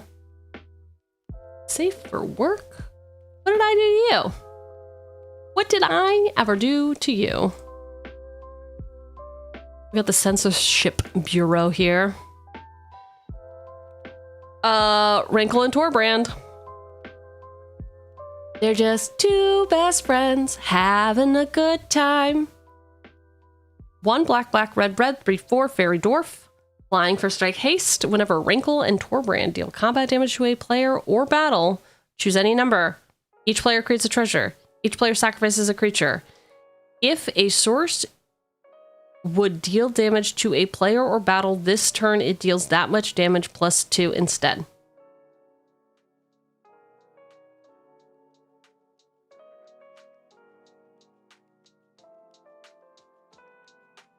Wrinkle and Torbrand. Waffles, you've already built all the dinosaur decks. Why would I need to? Why would I need to? Garna, Bloodfist of Keld. Also a hottie I want to build. 1 black, red, 4/3. Human Berserker. Whenever another creature you control dies, draw a card. If it was attacking. Otherwise, Garna deals 1 damage to each opponent. Ooh. Keldons live for the fervor of battle, as eager to receive scars as they are to give them. I didn't build all the dino decks. Somehow I feel like you're lying. I somehow feel like you're lying. Why would you lie to me? Doesn't Garna have cool alt art? Yeah, I was just gonna say, I really like the stained glass art. I don't always love the stained glass art. I think hers is cool. She looks hot as hell because she's on fire. She's on fire. I hate tokens, so no dino decks. I'm gonna tell Megan from Infinitokens that you have said that.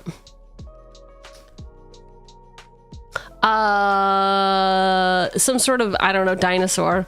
Could be the monster slaying quest at the guild house. She's my only aristocrats deck. Oh. Really? Really? That's very cool. Death Touch. You can pay a red. Reveal. I'm sorry, you can play a... Start over. 4 black, 6/6, Elder Dinosaur. Death Touch. You can pay a black. Reveal this dino from your hand. Put a prey counter on target creature. Activate this ability only during your turn. When this guy enters the battlefield, destroy each creature your opponent controls with a prey counter on it. You need to get some Infinitokens. They are really nice. They are really nice. Also, Megan is a firm believer of, like, get whatever you can afford. Make them. Hell, she was just trying to solve a problem. She's just trying to solve a problem for herself and others. You can also make them. You can go to your local, I was gonna say FedEx. FedEx still exists, right?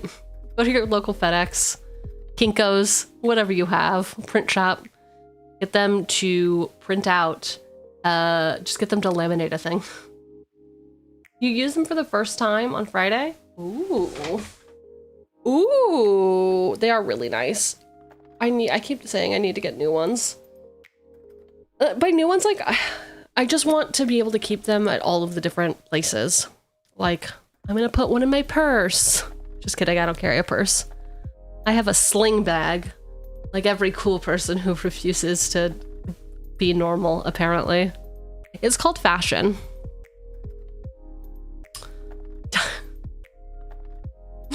Merc, I'm glad that you support dinos everywhere. Infestation Sage. Oh. Yeah. 1 black for this 1/1 Elf Warlock. Whenever this creature dies, create a 1/1 black and green insect creature token with flying. Look at him. I control the swarm. If you strike me down, there will be nothing left to hold back their hunger. Eek! Listen, we need some little pinners. We need some little guys. Wow. All right, it's Merc and Waffles versus the world. Who out here gobbling their negotiations? Foggy Swamp Visions. Can I suggest? Yes, you can suggest a card in chat. Sorry for missing that. Let's check out Goblin Negotiation, and then I will go for Foggy. Goblin Negotiation, X red.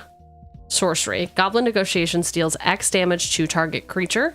Create a number of 1/1 red goblin creature tokens equal to the amount of excess damage dealt to that creature this way. Either you pay for Krenko's protection, or you pay to replace your skull. Yeah, it's Shin again. Yeah, she's making the goblin joke again. I mean, wouldn't you?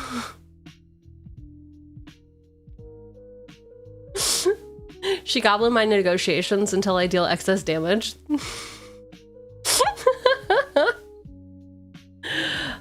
Listen, we do like negotiators. We like negotiators, okay? Foggy.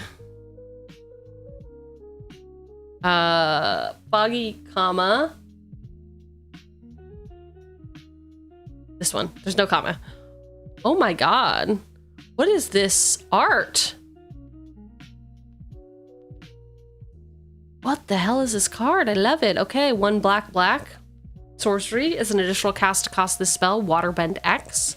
While paying a Waterbend cost, you can tap your artifacts and creatures to help each one pay for 1. Exile X target creature cards from graveyards. For each creature card exiled this way, create a token that's a copy of it. At the beginning of your next end step, sacrifice those tokens. Holy shit.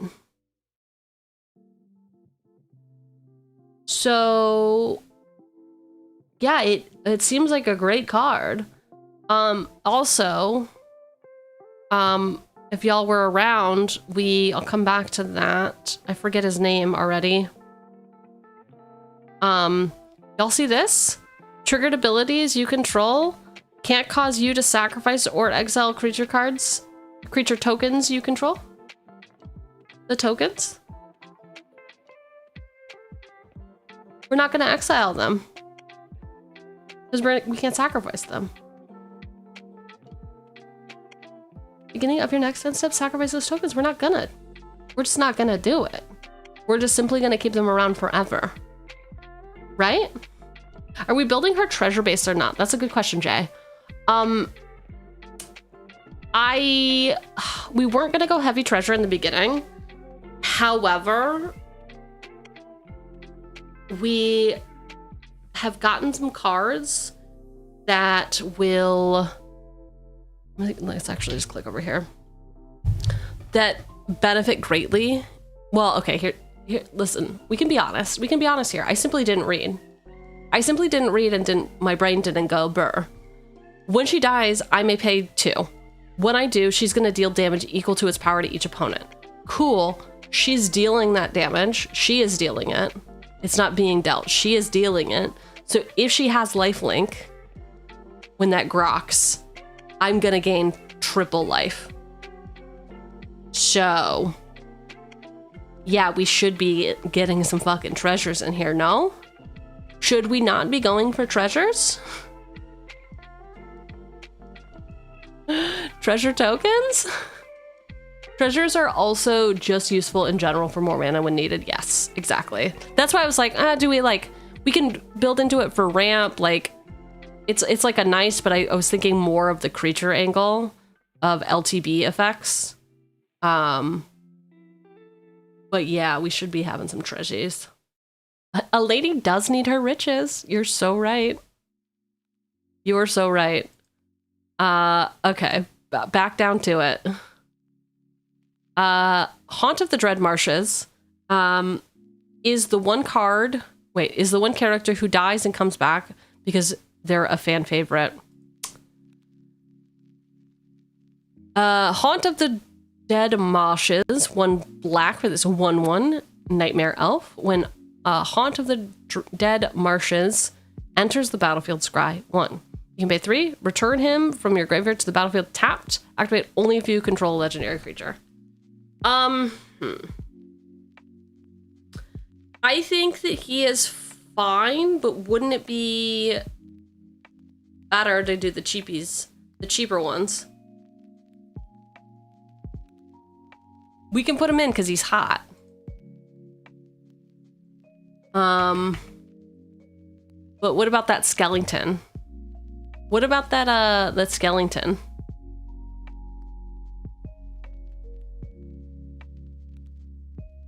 All right, Prosper Tomebound, 2 and a black and a red for this 1/4 Tiefling Warlock with Death Touch. And Mystic Arcanum. At the beginning of your end step, exile the top card of your library. Until the end of your next turn, you may play that card. Pact Boon.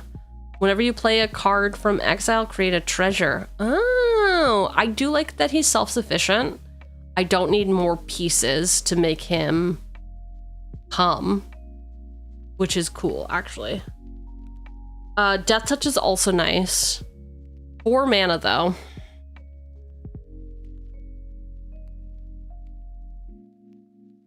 Our commander's only 3. What's our curve looking like? Yeah, we've got so much 3 mana stuff. All right, Prosper can get in there for now. For now.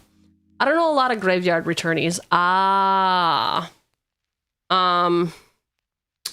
Yes, we can go here.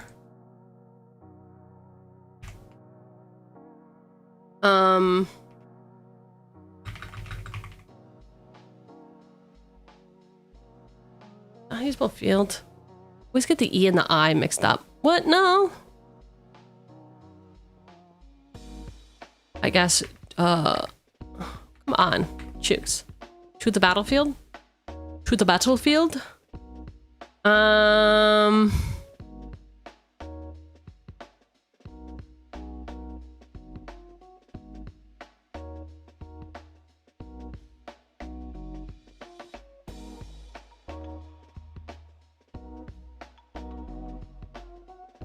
What the... You all know what I'm talking about. It's the guy that does the thing. You know, he's the guy with the hair and he has a big sword. You play a black to bring him back?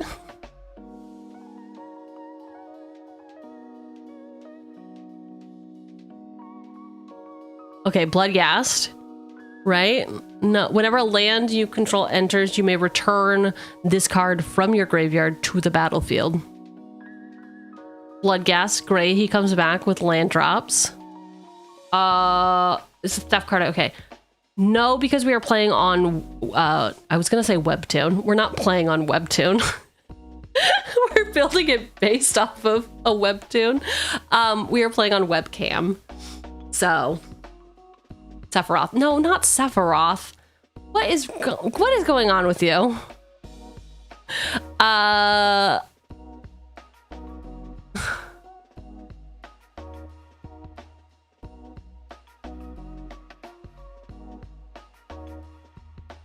It's him or Cloud. No, it's... I think it starts with an S, which is going to take me forever to find.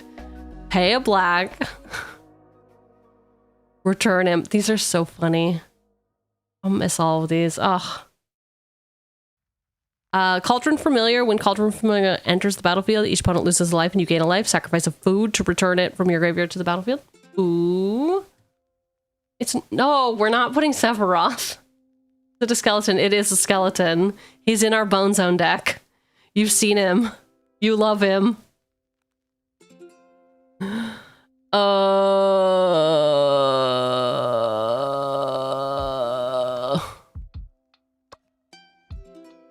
Is he in a straitjacket? I don't remember. No. It's not a Biscard. Destroy target creature. If a creature card is put into a graveyard this way, return it to the battlefield under your control. Sacrifice it at the beginning of the next end step. No, thank you. He's just a guy. It's not. Is it? It might be specific. Okay, wait. Type. O.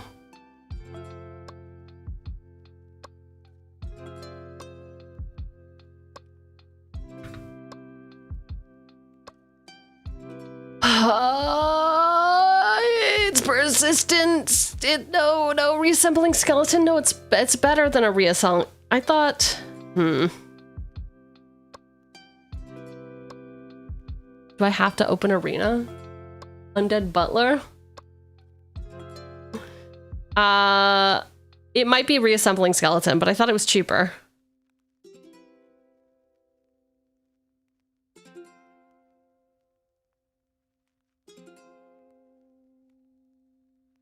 Damn, there's some hotties.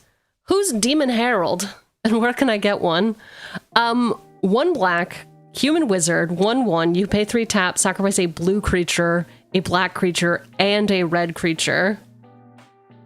Search your library for a card named Prince of Thralls and put it into play, then shuffle your library. May these deaths be the first of many. Girl, what?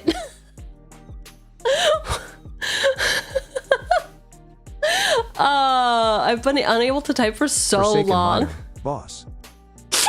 Both of you at the same time. Both of you at the same time. Puppet earlier just said, Forsaken Miner, you fuck.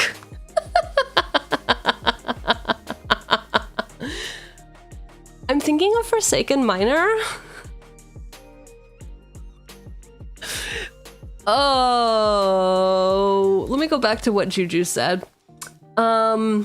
We describe her content as fun and humorous approach to deck building. Are you having fun? Are you having fun?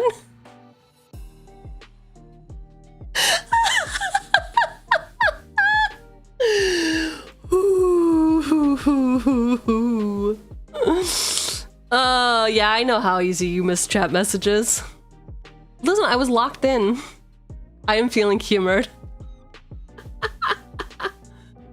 Oh, I've been pulling my hair out listening to you think about shit.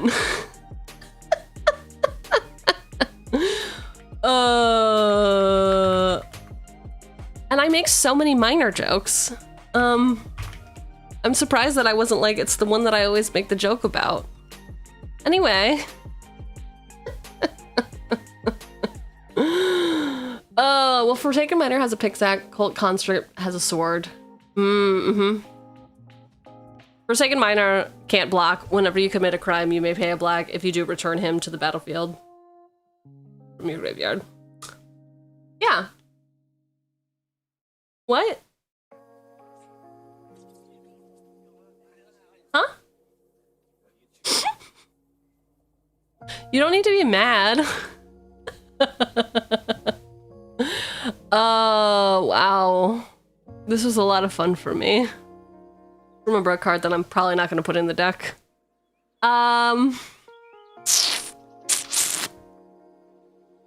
What is Ruthless Technomancer? Let's look at that one.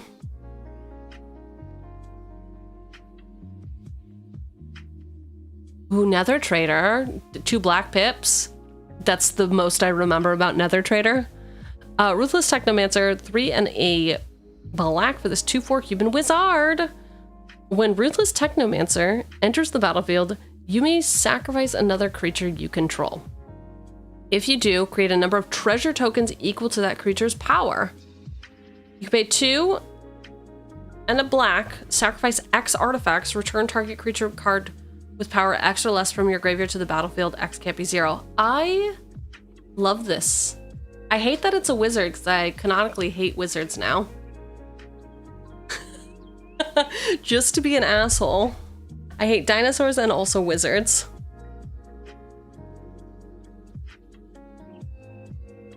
I like him. He's ruthless. I don't know what technomancy is, but I feel like it's kind of like necromancy, which works for our flavor of killing the villainous. Do we have other art? We do not have other art. We do not have other art. I feel like any Magic player hates wizards. That's... Oh. Hate dinosaurs. How do I take back a sub? I think it's called a PayPal refund. I think that's how people take their subs back. I'm pretty sure that's how we take them back.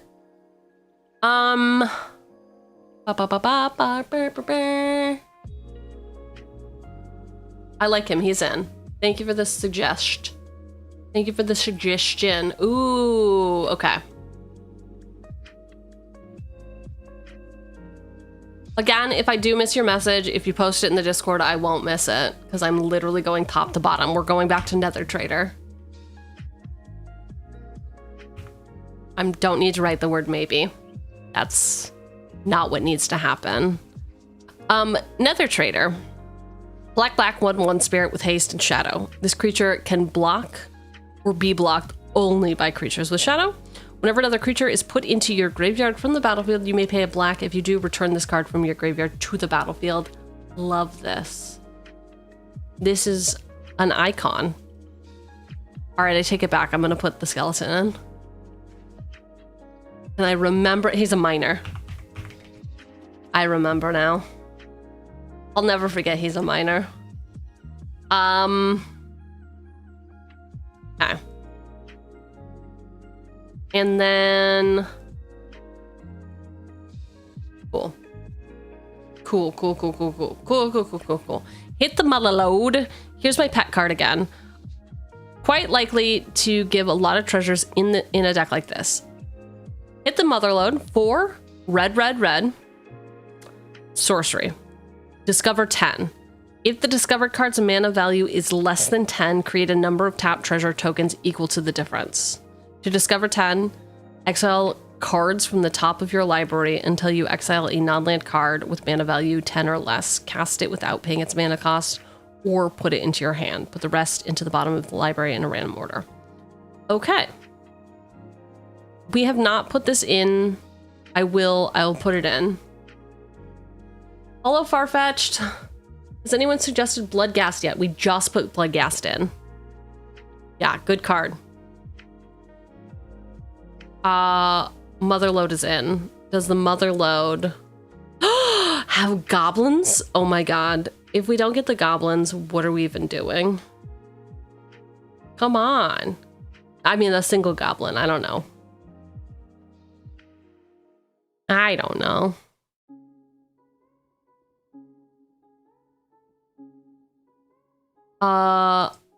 Is taking back subs via PayPal an actual thing? Yes, a lot of people experience it. Generally, it's like, not always, but sometimes when people do subathons, people are encouraged to donate subs, you know, to go to like gift subs to get to a goal. And then I guess PayPal terms of service are like, you have up until 3 months, 90 days to refund it, which kind of sucks for people, because then Twitch just makes your profile go into negative. Judy, one of many. 1 and a black for this 2/2 Human Advisor.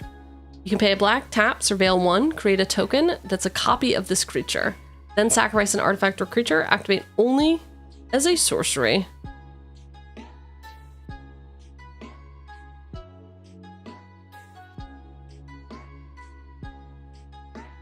An activated ability, not a triggered ability. Hello, my name is Judy. You're in Ba Sing Se now. Everyone is safe here. Are you? I don't remember Ba Sing Se at all. PayPal sucks. Or is it society? Are people the problem? Technology did nothing wrong.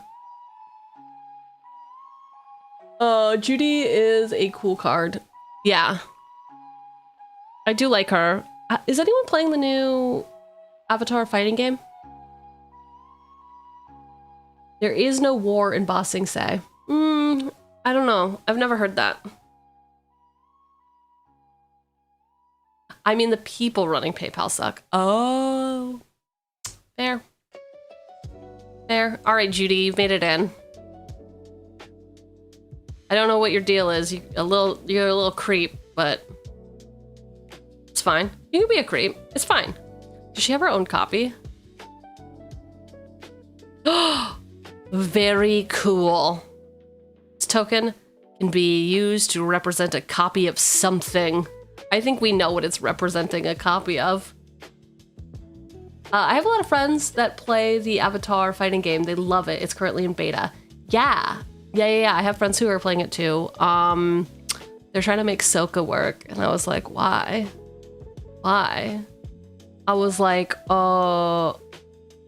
Why can't I remember her name? It's not Judy. Azula. I was like, is Azula in the game? Can you just play Azula? And they were like, yeah, she is. And I was like, great, you should play her instead. Knowing nothing about fighting games. Oh.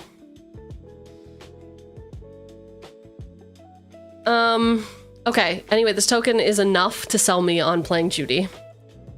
Okay, any reason no Ragavan? Well, the reason is that nobody has suggested it yet. And let me see if I can give you another reason. Is it going to be vibes?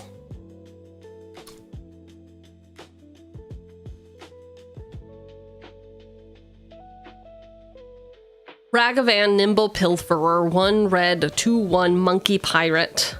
When Ragavan, Nimble Pilferer deals combat damage to a player, create a treasure token and exile the top card of that player's library. Until end of turn, you may cast that card. Dash for 1 and a red. You may cast the spell for its dash cost. If you do, it gains haste, and it's returned from the battlefield to its owner's hand at the beginning of the next end step. Icon. The reason no Ragavan in our particular brew, even though it slaps, is we are not messing with... We're playing on webcam, so fiddling with somebody else's top deck, anything on somebody else's boards, theft, and otherwise is just tricky on webcam, and because we play for stream, it just takes too much time. It just slows the game down, so that's why. That's why no Ragavan. I like him though, he's good. If you're building this deck, go put him in. Please note, you can sacrifice this card when you make a token of this card.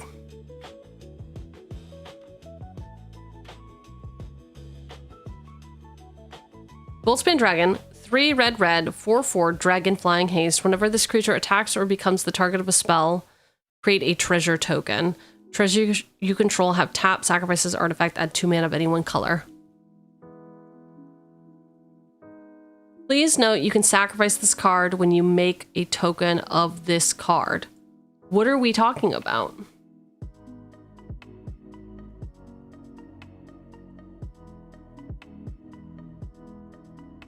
Something I got from SUP was the card Right of Consumption.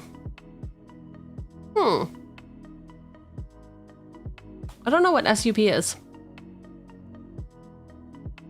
It meant Judy can sack herself. Ah, I understand. Thank you. Thank you. It had nothing to do with the dragon. It had to do with Judy. With Judy. Oh.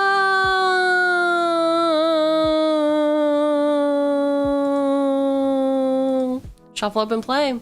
The iconic YouTube show by Tellurian Community College and friends.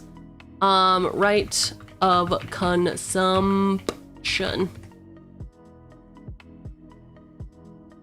1 and a black for the Snorcery as an additional cost to play Right of Consumption. Sacrifice a creature. Right of Consumption deals damage equal to the sacrificed creature's power to target player. You gain life equal to the damage lost this way. Oh.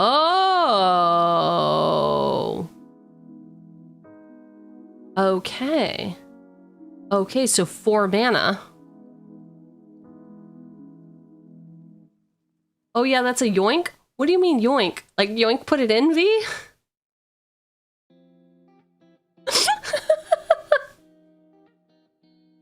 Yoink? Shame it's a sorcery, but great card. Yeah.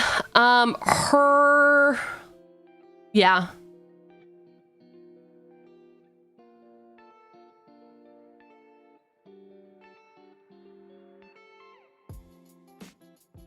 It is a shame. However, stacks?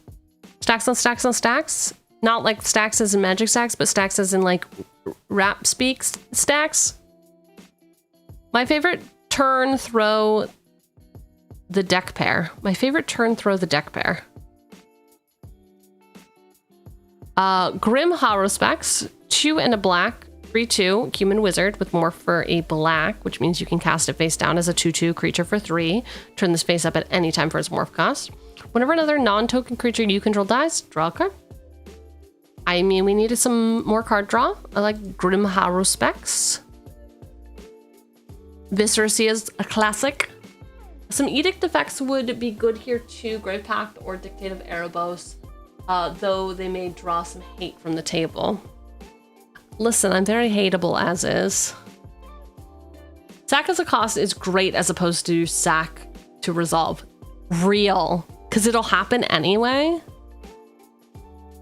Especially with targeting Evereth. So Evereth can get sacked, right, as a cost for the spell, and then we can play her activated. So yeah, the spell could fizzle, but we still get the as an additional cost. As an additional cost. Speaking of which, why don't we do this? Oh, as an additional cost. Sacrifice.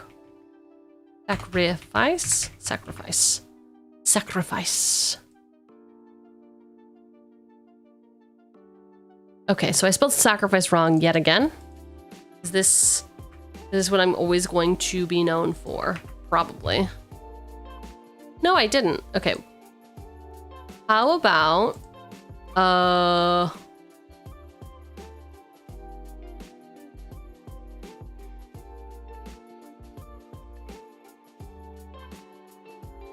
self-destruct and fling come to mind. Okay. Fling. Okay. As an additional cost to cast this spell, sacrifice a creature. Let me just look for that before we add fling. I'm just gonna... Oh, it's magic! What do you mean none? What do you... Oh, is it because I did some other chicanery? We have 44 cards that have as an additional cost to cast this spell. Interesting. Altar's Reap. As an additional cost to cast Altar's Reap, sacrifice a creature to draw 2 cards. Arbiter of Woe. Blood Divination. 4 mana sorcery as an additional cost. Draw 3 cards. Okay. Definitely not as good as Altar's Reap. Blood for Bones. Let me move my fat ass head out of the way.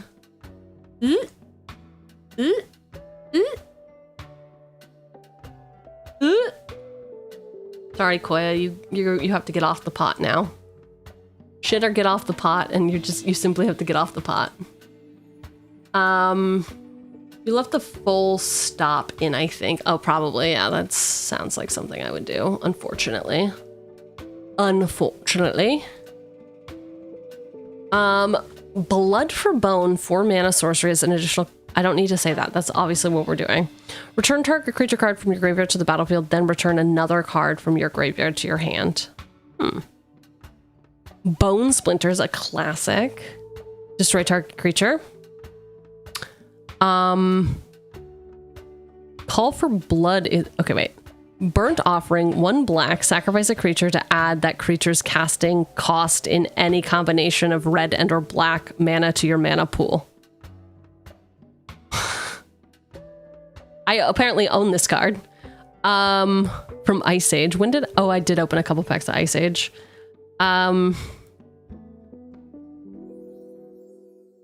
As an additional cost to cast a spell, sacrifice a creature. Add X mana in any combination, where X is the sacrifice creature's mana value. So I could get it to then replay her, I guess. All my suggestions are gonna be seen by the time you reach them. All right. Okay. All right. Heard. But I do like stinky farts. I'll go back. Hey, I'll go back, okay? Welcome back. Bam. I put it in the hoop like slam. Any Aaron Carter fans? No? That makes sense. That makes sense. Why would we want other cards that sacrifice? Evereth only gets bigger when saxing with her own ability, right? Correct. But just like as a thing, she can't sacrifice herself is the issue that I was grappling with. The issue that I was going down. So it's when she dies, she can sacrifice another creature. And then when she dies to do the thing. So just some things to get her off of the battlefield. For some value. Yes, you are a fan, but you haven't listened since 02. Makes sense. Right. It's a big brain. Big brain. How dare you? How dare you insult me by saying I have a big brain? You know that's not true. All right, Viceroy, a classic, 1 black, sacrifice a creature to scry 1. Look, much better sack outlet than everything else that we've been looking at. If only. Card advantage is important. Sacrifice to scry and choose to draw, or put it on the bottom or top of your library. Draw the next card. Command Beacon is your friend. I've never had a friend. Do I need friends? I was told I don't need friends. What do you mean? $12? What do you think, I'm made out of dollars?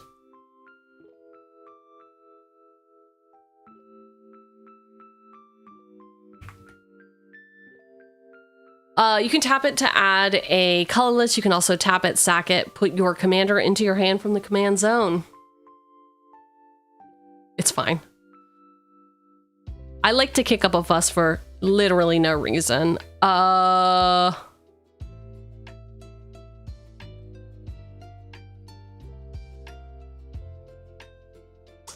No, that's a lie. All of those are lies. All of them are lies. All right, so Tarian Soul Cleaver. Can't skip out on this. Creatures and artifacts going to the grave boost in power.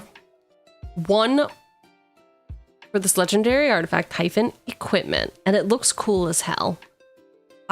Okay, wait, is this a trident? I know it's a Soul Cleaver, but like, is it a trident? I'm gonna... If I ever become a full-fledged mer person and have need for a trident, it's gonna be this one.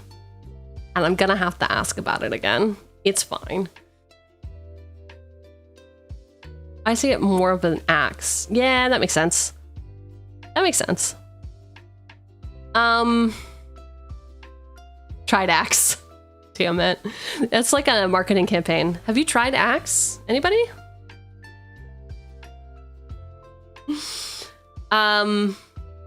Equipped creature has vigilance. Whenever another artifact or creature is put into a graveyard from the battlefield, put a +1/+1 counter on equipped creature. Equip for 2. Whenever another artifact or creature put into the graveyard. Damn. Tarian's holy weapon still holds a fragment of his dark power and his hunger. Ixalan vampires use tridents? I mean, you heard it here first. I guess it also could be... What is this? Wrath? Is this just a feeling? Whoa! Hooked on a feeling. Can't believe you asked me to do karaoke earlier today. Something is some things you can't take back. I like it. Hatred, Fatal Frenzy, Rite of Consumption. Oh, Naga said send it. Cool. Very poggers. Very cool in poggers. I will be looking at Descent as well. Don't worry. According to the wiki, the weapon Tarian used was a lance. Damn, we were all fucking wrong. Listen, why don't, it can be like a Rorschach test. We can all just pretend we all see different things, okay? Karaoke is best when you can't sing to save your life. That's one BS Lance. Okay. Hatred. This man's face is clearly twisted in hatred. Oh, only been, okay. Printed once. 3 black, instant. Pay X life. Target creature gets +X/+O until end of turn. Yo, and if she had lifelink, then like, infinite money glitch? Is this an infinite money glitch? Yes? Yes? 5 mana, infinite money glitch? I love it. I hate being alive. But not as much as I hate you. Fatal Frenzy. 2 red-black. Instant. Until end of turn, target creature you control gains trample and gets +X/+O, where X is its power. Sacrifice it at the end of turn. I hope to have such a death, lying in triumph until the broken bodies of those... I'm sorry. I hope to have such a death, lying in triumph upon the broken bodies of those who slew me.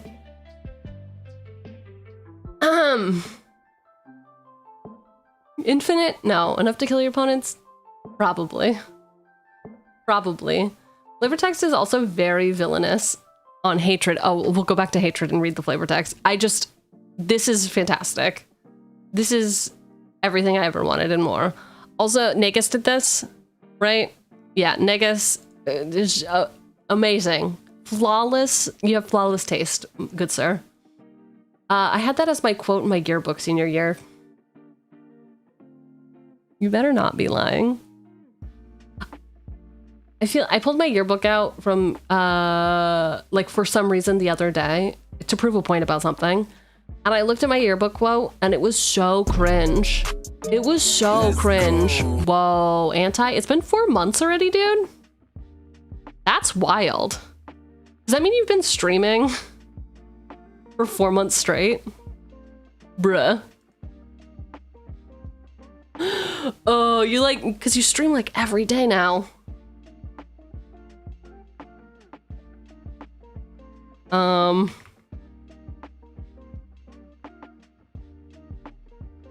Yeah.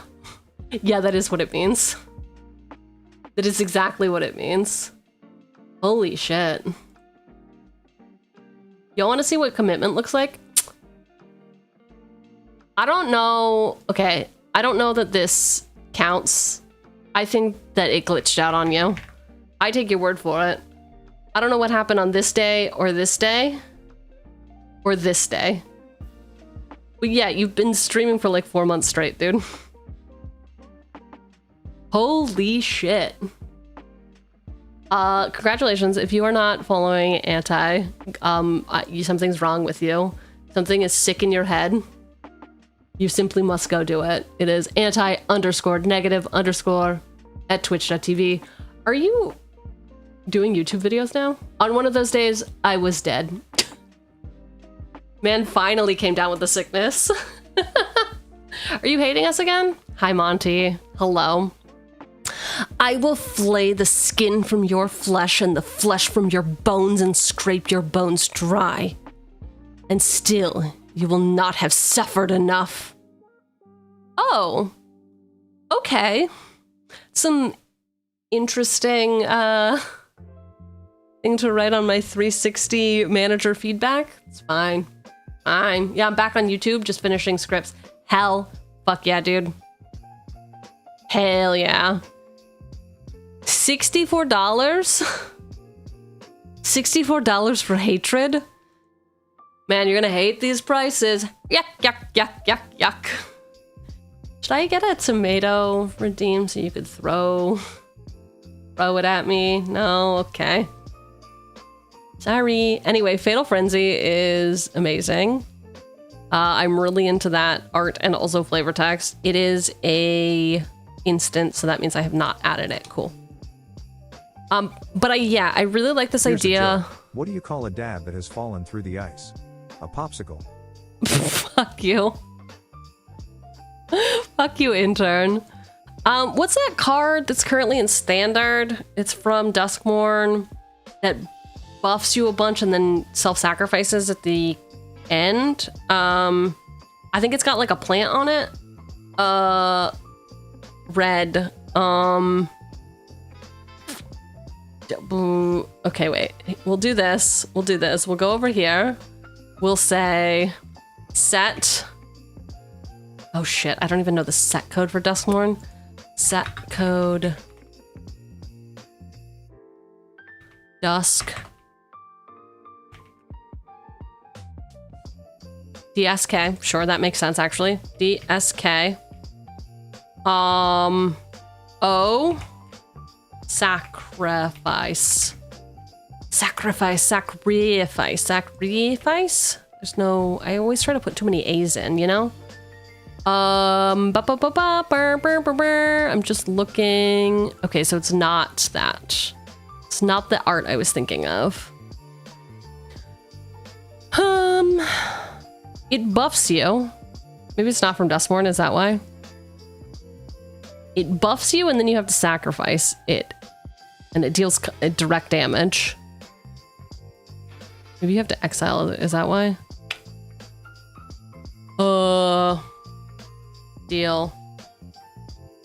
Just a deal. Just like, let's just have a deal.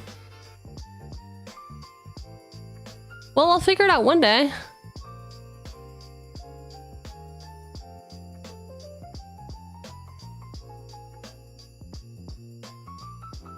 Or I won't. Ew. All of this is bad. Well, this is fun. So glad I wasted your time and also mine. I'll just look at my deck list. I think you made up that card? No, it's like target creature gets +3 +0. And then you sacrifice it. I'm positive. I think you made up that card, but turn inside out is kind of like that.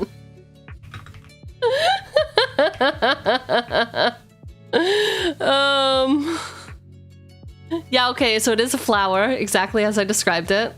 So you clearly all knew exactly what I meant. It had a giant flower on it.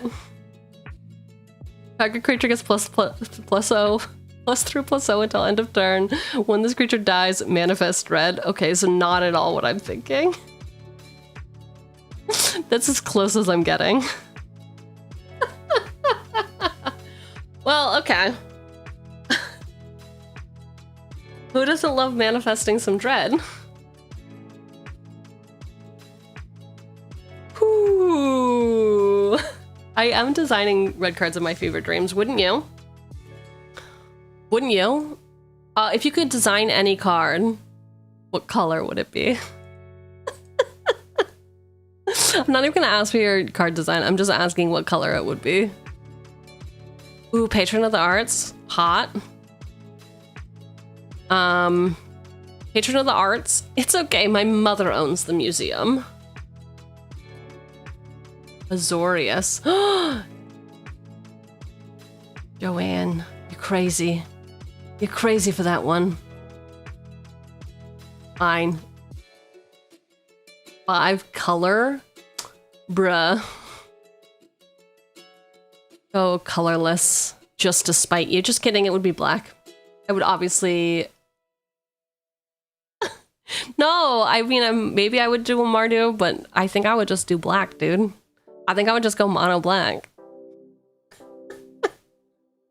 Oh. Where's... Why?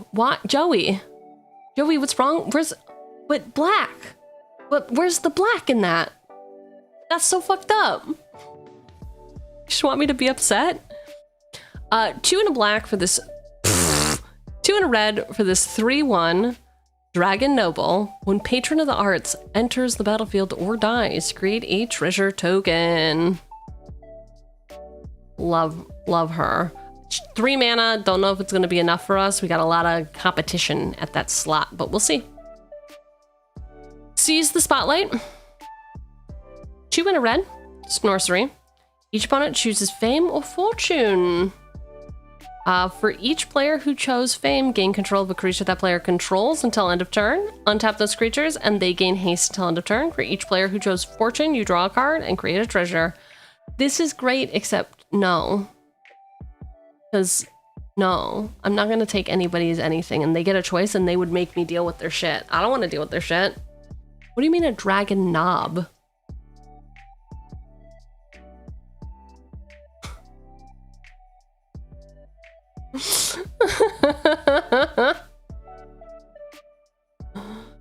Tainted Strike would be pure evil, by the way, if you want to be pure evil. I've never wanted anything more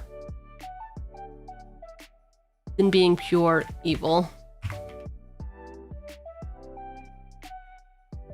1 black, instant, target creature gets +1/+0 and gains infect until end of turn. That is vile. Actually, I take it back. I take back what I said before about wanting to be evil. This is way past evil. This is sinister. Sir, we cannot have this in our Evereth deck. Are you unwell? Not the infect pump. I will put it in the sideboard strictly so everyone can see that I'm not a monster. I will flaunt it in front of them. As I am one to do. Holy shit, dude. Who hurt you? Who made you this way? Actually might win the game. It would. Yeah, she did. Yes, it is a one-shot kill the table. It is a one-shot kill the table. You could do it. Okay, so you had that in your opening hand. You get her out on turn 3. You're slow rolling it. Turn 4, you'll have 4 mana. Can you pump her to 10 with 3 mana? And then infect for 1. I mean, is that a turn 3 kill, everyone? I don't know. Hear me out. Tainted Strike and Bloodthirster.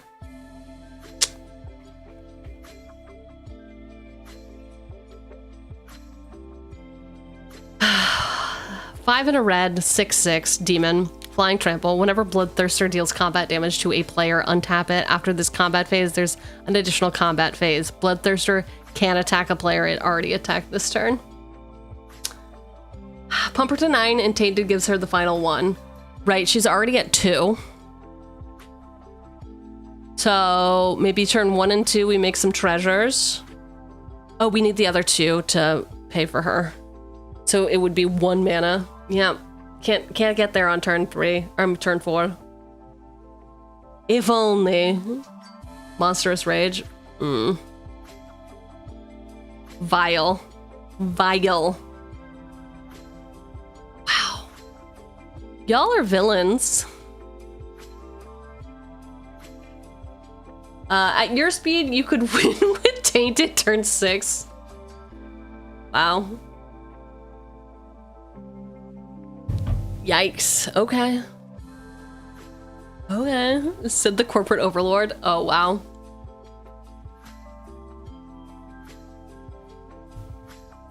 Agent of the Iron Throne. 2 and a black. Enchantment, background. Commander creatures you own have. Whenever an artifact or creature you control is put into a graveyard from the battlefield, each opponent loses 1 life. I like it. Feels a little slow, given everything else we have going on. It's that slow play. Can we just give her lifelink? Weren't we looking at some edicts? Is it O-tag?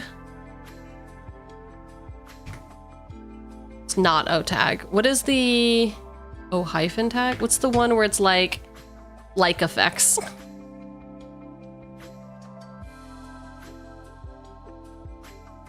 It's just because I spelled edict wrong. Girl, get a fucking grip. Get a grip.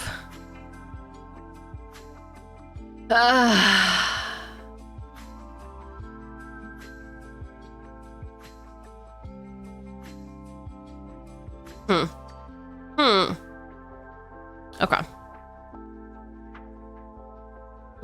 I'll do this on my own time. This fuck ass artificer. Okay. I'll put you over there. We'll come back here. Knuckles.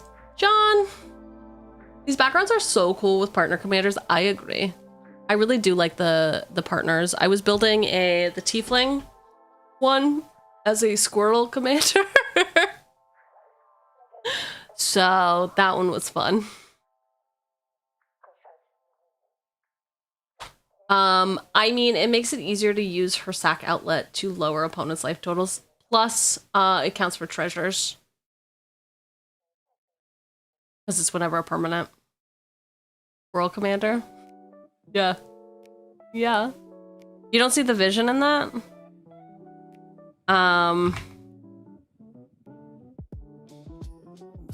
Dex. Work in progress. So it was Carlock. Whenever you attack, if it's the first combat phase of the turn, untap all attacking creatures. They gain first strike until end of turn. After this phase, there's an additional combat phase. Choose a background. Obviously, it was Clockwork Hermit. Beginning of your end step, if a creature card was put into your graveyard from anywhere this turn, create 2 tapped squirrels. Yeah, we're gonna just make a bunch of it's changelings. Squirrels. No? Is that not how you build decks? Somebody says that they like 2 things and you're like, yeah, I could make a commander deck for that. I could do that.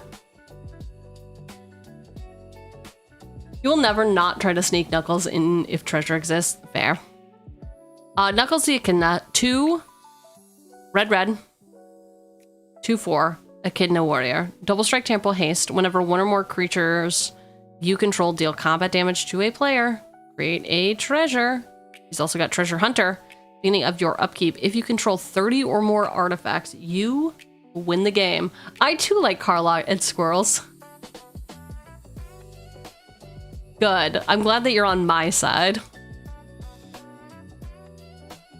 Knuckles Gloves, aka the Reaver Cleaver. 2 and a red for this equipment. Equipped creature gets +1/+1 and has trample, and whenever this creature deals combat damage to a player or planeswalker, create that many treasure tokens. Iconic. It's not going to be the Knuckles, though. We can have Reaver Cleaver in OG. I mean, not OOG, but you know. We can have it in Goblin mode. Goblin. Who out here Goblin the modes? No? Yes? No? Yes? She needs a friend to pull aggro. Also giving her more stats. I'm sorry. Also giving her more stats with an equipment to beat people and get more treasures, because she's not gonna just sit there and die. Yeah, could you sit around and wait to die? Nah, she's a woman of many wonders. I think the gloves sell the isekai vibe. Really? You like the gloves, huh? You like them as Knuckles gloves, not as an axe. We don't need no axe. We only need some gloves. Time for a knuckle sandwich. So says Knuckles the Echidna. Really? That's the vibe? That's the vibe. That's what you want to bring. Glimpse the impossible.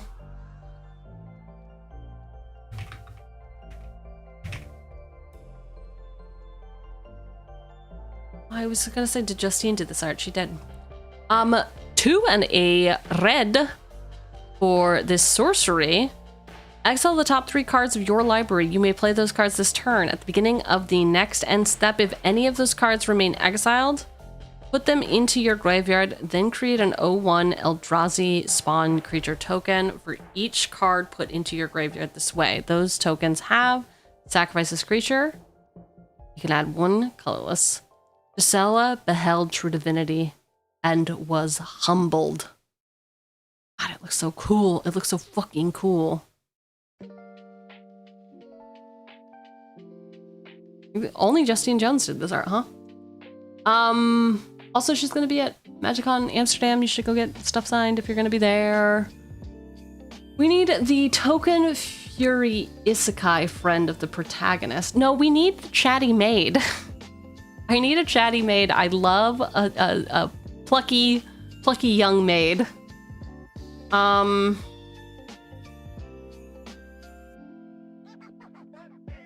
Okay. We are glimpsing the impossible. She's not gonna sit there and die. Let's talk about the diamond pickaxe. 1 red, indestructible. Whenever equipped creature gets... Shh. Equipped creature gets +1/+1 and has, whenever this creature attacks, create a treasure equipped for 2. Oh, plucky young maid. Liliana for sure. Pigsack, is she a manual worker? Is she gonna do manual labor? No, she's just sitting there picking her nose. Obviously. Obviously, this was a gift from one of her many suitors.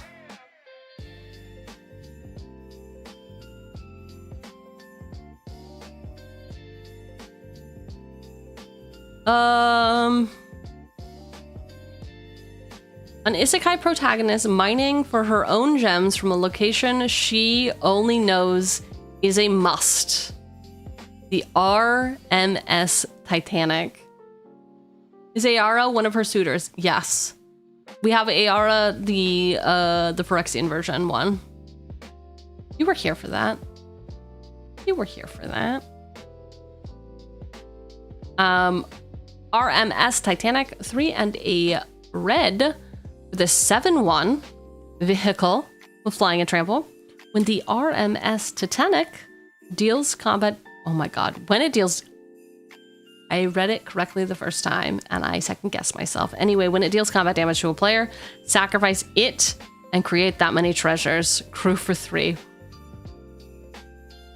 This is kind of fucked up. Is this not in bad taste? Is this,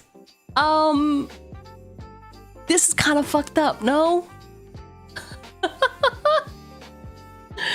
Anyway, so it's just gotta deal damage 1 time, huh? It's perfect. Sink your Titanic. Oh my gosh.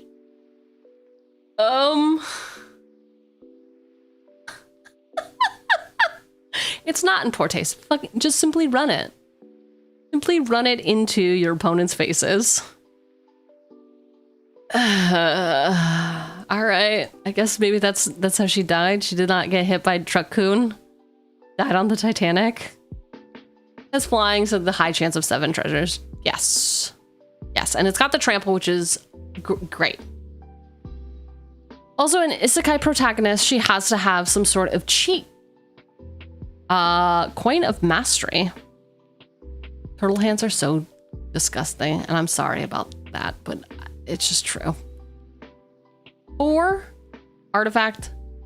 Each creature you control enters with an additional +1/+1 counter on it for each mana from an artifact source spent to cast it. But the important thing is you can tap this to create a treasure. So it kind of is like a infinite money glitch. We should just get 1 treasure per turn for 4 mana. Do we like that? Is that good? Nowhere else can 1 coin buy you a second chance. Each creature you control enters with an additional +1/+1 counter for each mana from an artifact source spent to cast it. So stock up on treasures. And go nuts. What do you mean?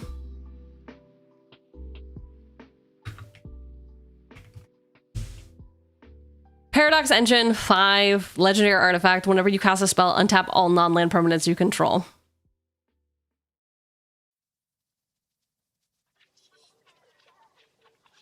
One look at this glorious item convinced me that Kaladesh deserved my full attention. Sure enough, my time here has yielded exquisite fruit.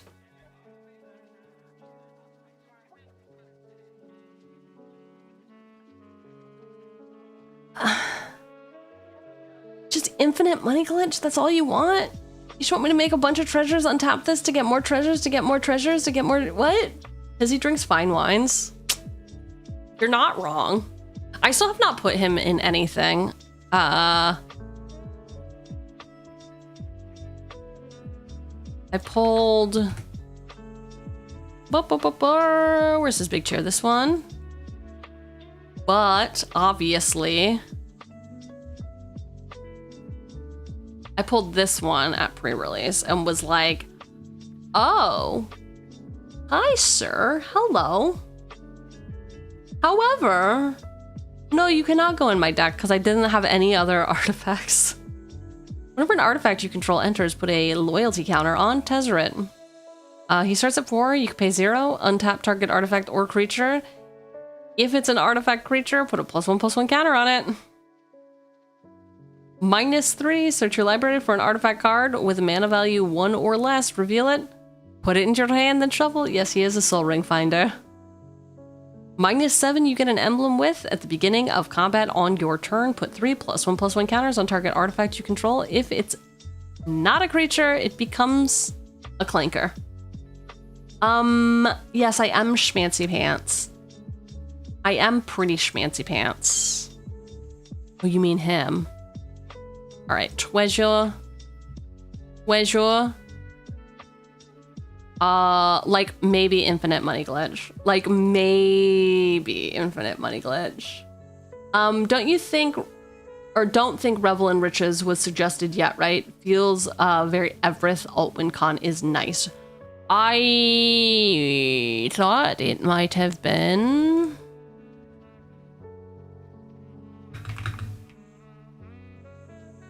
No, it was not. 4 and a black for this enchantment. Whenever a creature an opponent controls dies, create a treasure. At the beginning of your upkeep, if you control 10 or more treasures, you win the game. She said the C word? Oh, clanker. I was like, what are you talking about? Yeah, report me to HR. Sorry, I apologize for what I said against robot kind. I am disgustingly nice to all of my voice agents, and it's like, I feel weird about it. I feel like it's like, I feel the same way when I say thank you to the robots. I feel the same as when I go to therapy and I'm like, how are you doing? To my therapist, and they're like, we're not really here for that. I'm like, oh, okay, I know. Stupid. That was stupid of me. I shouldn't. Yeah. Well, fuck. Can't wait to become a huge target.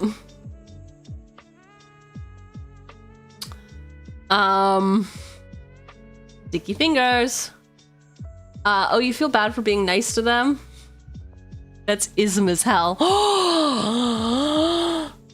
How dare you?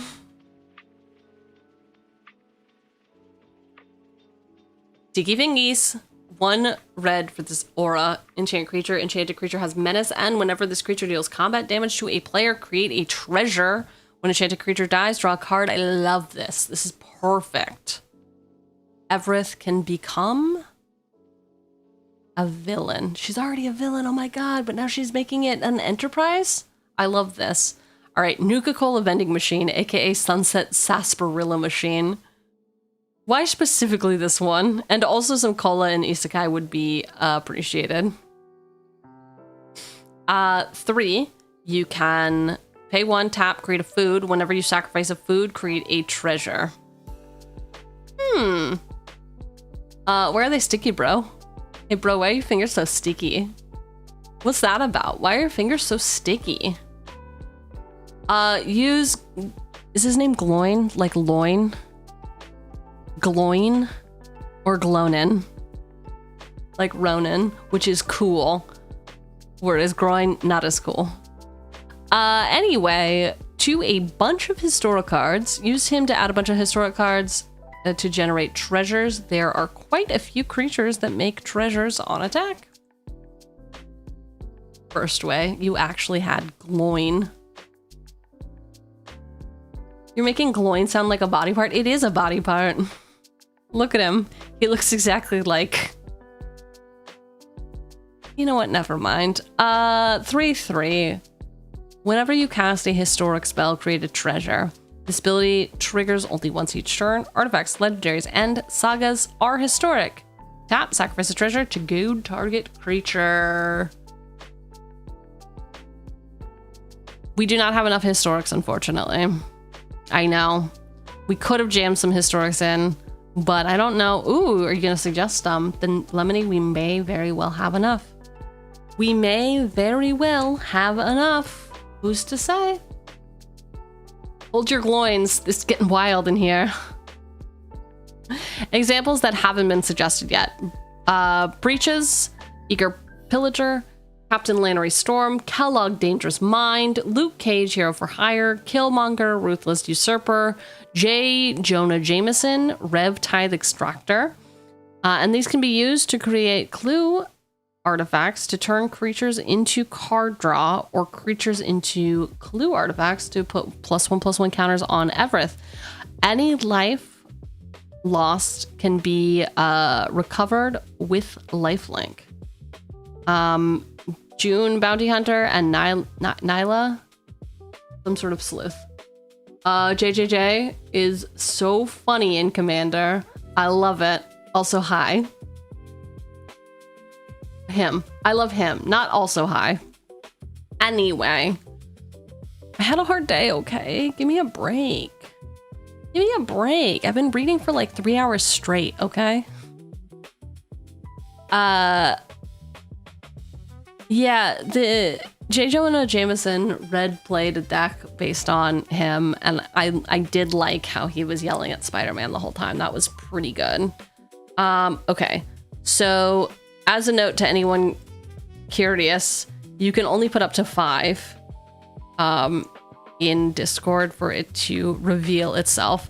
Otherwise, you make my job hard, and I don't like it when my job is hard. Reading smut is like breathing air for you, boss. Shut up, man. I know, but I have to read out loud to you people. If I read it in my brain, I can read it wrong the whole time. The whole time.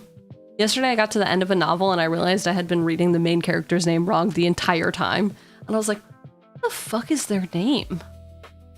Like, that's not even a name. Classic, yeah. I was just like, what do these letters even mean? It didn't make any sense. Breaches, Eager Pillager. 2 in a red, 3/3, Goblin Pirate, first strike. Whenever a pirate you control attacks, choose one that hasn't been chosen this turn. Create a treasure.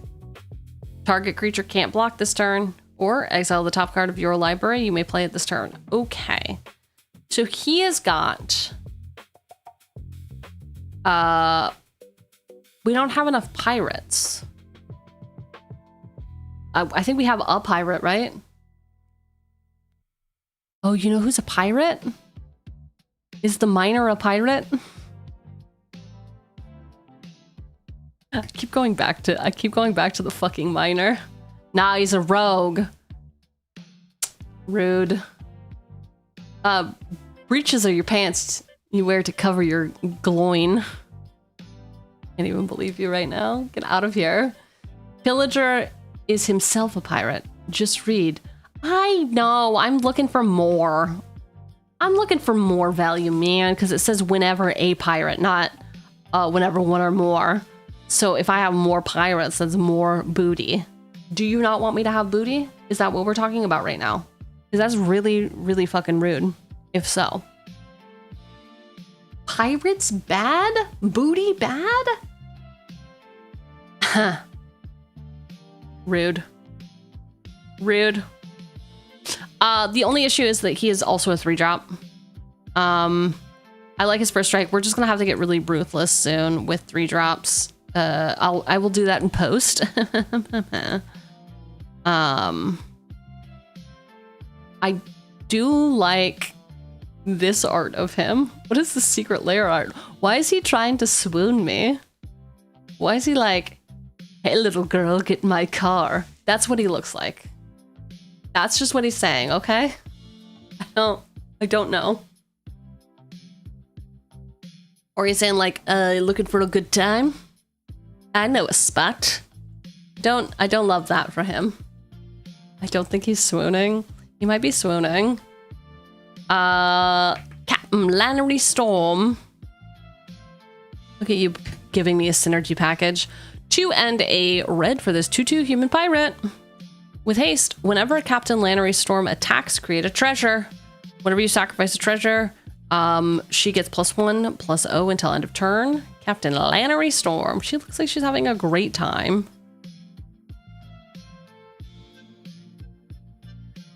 I love this for a coin. Man, she looked like she was having a great time when she was alive, but then when they commemorated her at her death, she just looks so boring. She's like, yeah, I slayed it, so what? Next. Kellogg, Dangerous Mind.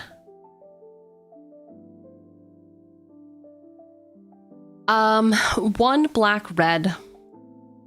First strike, haste. Oh. 3/2, whenever Kellogg attacks, create a treasure, sacrifice 5 treasures, gain control of target creature for as long as you control Kellogg, activate only as a sorcery. Why is he taking this baby? Why is he taking this baby? What's he gonna do to the baby? I like that he has first strike and haste. And he makes a treasure when he attacks. He's great. Dare I say, better than Breaches. Because I would really only be using Breaches first. Strength, right? Right? Luke Cage, hero for hire. 2 red, 4/4. Human mercenary hero with trample. At the beginning of combat on your turn, create a treasure. He says, Sweet Christmas. What? What?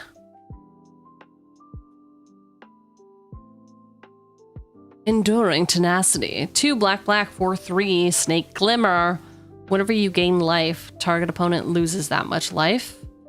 When enduring tenacity dies, if it was a creature returned to the battlefield under its owner's control, it's an enchantment. Interesting.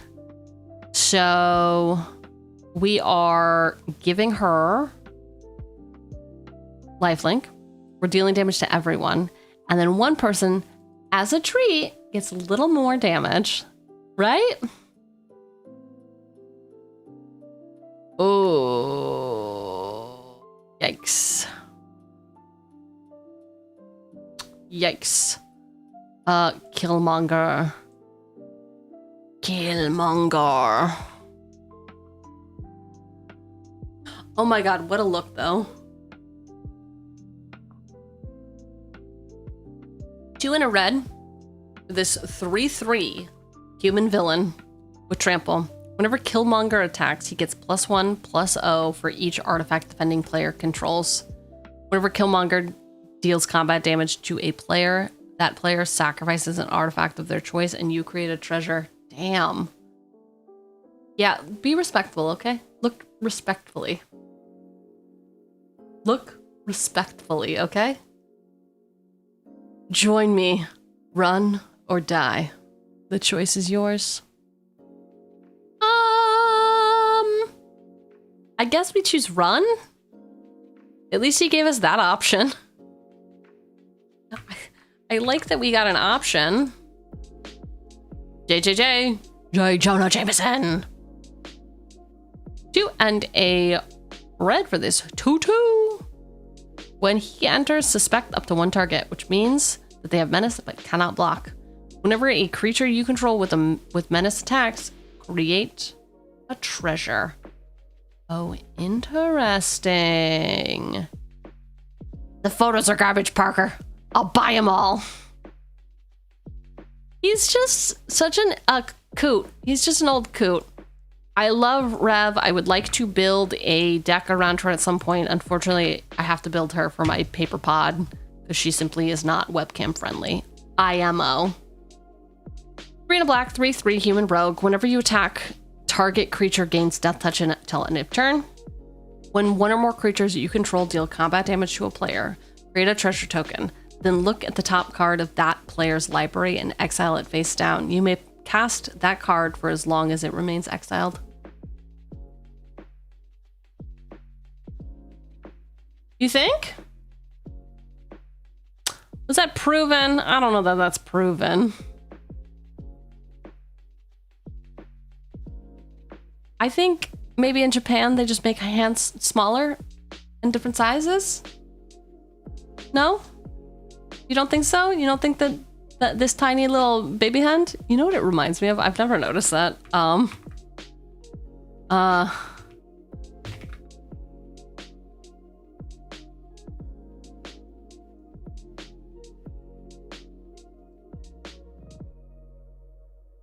Perfect. Open in new tab. Fantastic. Reminds me of these. The little baby hands.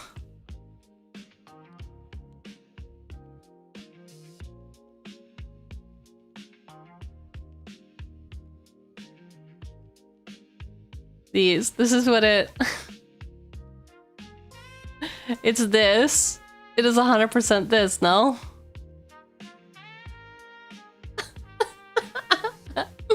Rev out here like, what? Tiny little baby hand. Just a tiny little baby hand. I'm never gonna be able to unsee that, and I hate you for this, actually, because I was really loving her. And now this is all I'm going to think about. I can't take her seriously with her little baby hand. You've ruined me. All right, Rev, goodbye.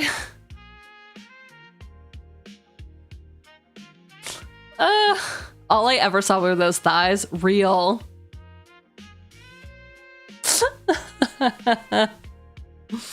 And then we got June. Oh yes, the thigh blindness.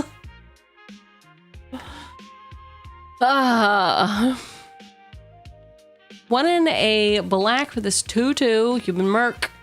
June can't be blocked as long as you've drawn 2 or more cards this turn. You can pay 1, sacrifice another creature, create a clue token, activate only during your turn.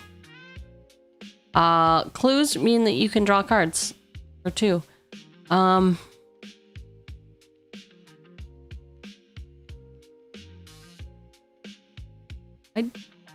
do...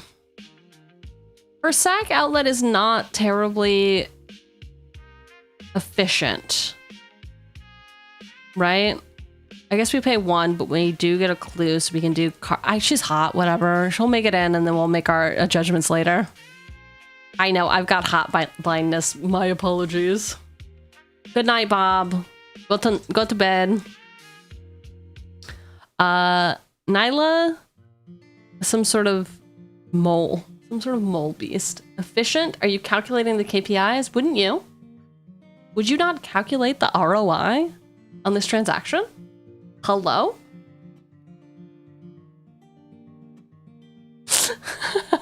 This is what everyone looks like when they're blinded by thighs. Okay.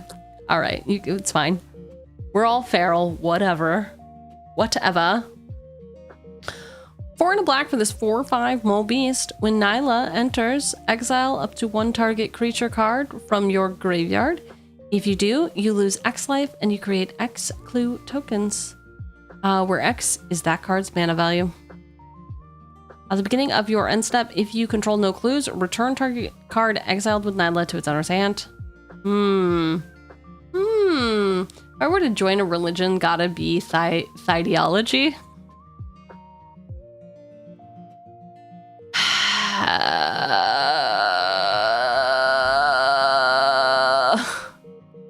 Next, build Rev with all the cards that have hands in the art. Bruh. Just to rub it in. No wonder she's so upset. So fucking rude. My last 4 recommendations will be important cards. Tramp. For an offering, Bloodstone Cameo, Veinefire, Border Post, Sisters of the Flame. Okay, Burnt Offering, icon. An icon. He is the Wicker Man. 1 black. As an additional cost to cast this spell, sacrifice a creature. Add mana equal to that creature's casting. I can't do it. My foes serve me twice, in dying and in death. Bruh. Talk about KPIs. Why is the secret lair? Oh. Okay. from the Iron Maiden, obviously. Oh, what if that guy who does album art, is it magic art or album art? What if they show you this? You're like, I mean, it is Iron Maiden, but like, was this ever on album art? I don't know. Limdul is behind all the coolest cards in Magic. Very real. Very real. Burnt Offering has made it into the list. Bloodstone Cameo. 3. For this artifact. You can tap it for a red or a black. The stone whirs... Nope. The stone whispers to me of dragon's fire and darkness. I wish I'd never pried it from the figurehead of that sunken Keldon longship. Yikes. You want me to have this rock? You like this rock? Whoa, let's play a bad mana rock for fun. Yeah, why wouldn't we? It's for flavor, dude. For flavor. Do you know nothing of vibes? Do you have no whimsy? Why do you have to make judgments on good and bad? Can't you just be like, cool or not cool? And like, this one is obviously cool. I have whimsy, but no vibes. Okay, fair. Hi, Scorpion. Name a mana rock in Rakdos. Do it. I dare you. Are the talismans not considered rocks? Asking for a friend. I totally know the answer. I totally know the answer.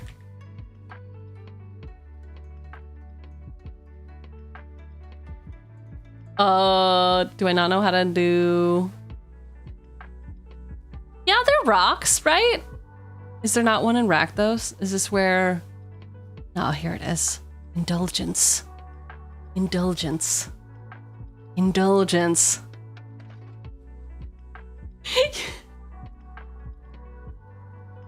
Okay, this art goes really fucking hard though. Sent from another dimension that prizes chaos above all else, the Zodiac Key exists only to perpetuate eternal conflict. Like we're doing now in chat. Eternal conflict. Do we love it? Are we happy about what's happening right now?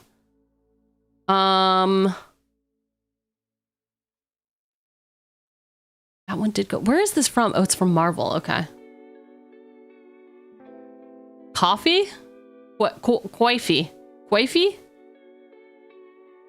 Not coffee? Las Vegas promo. I do own the Las Vegas promo. That is true. I do like this. Admit one, then admit nothing. Ah! Too hot. Too hot to handle. I also own this one. I really like this Dan Fraser art. Oh god. The audacity that I would have to enjoy Dan Fraser. Yeah, we'll do that one. There you go. There you go. Vanefire Border Post. Border Post. 1 black-red artifact. You may pay 1 and return a basic land you control to its owner's hand rather than paying this mana cost. Vanefire Border Post comes into play tapped. And you can tap it for a Rakdos. This is pretty cool. I kinda like this. I kinda fuck with this, dude, because it's weird. Like, okay, so it's only been printed once in Alara Reborn, and we can essentially it's a mana rock for 1, and we return a land to our hand, right? Like, we're not gonna full cost this. I use the green and white one in your Alta eggs. Ooh, the border posts are underrated, IMO. I like this. It goes pretty hard. It goes pretty hard. Excellent, excellent poll. Sisters of the Flame. I'm sorry for laughing. I don't know why. I don't know why. If she walked in my house, I think I would just start laughing. And she'd be like, what, do I have something on my face? And I'd be like, no, you're fine. No, I'm sorry, you're fine. Like, you can tap and float the mana, then play that. Wow. These are some big brain plays here. There's some really big brain plays. Are you a demon or a merfolk? Oh my god, you can't just ask me what I am, Shadow. Like, come on. Who does that? I am a merfolk. Well, no, I'm neither. I'm a siren, but the fish kind, not the bird kind. You can tell because of the ears. I'm getting a 2.0 model done, everyone, which means that I'll have more fish scales. Will you be happy about that? Will people stop asking me? Or will it still lead to too much confusion because of, you know, this? What are we... You made me look bad in front of everyone. What are we doing here? There we go. Bam. Will it still confuse everyone because there's just demon mode? Blood siren. You look like an evil mermaid. Hell yeah. Yeah, but you were born confused, and I don't really know that anything can help you, Anti. That's sort of like a personal problem, you know? I don't think there's any helping you. Can't wait for you to do a This Is So Ass sleeve so I can sleeve my Tomboys deck in them. I hadn't thought about that. I'll reach out. I will literally make a note now. Wait, I'm not at my office, so I don't have pens. Only have... Okay, wait. We'll simply go to Discord. We can simply go to Discord and solve this problem ourselves. This one. And then we're gonna go for...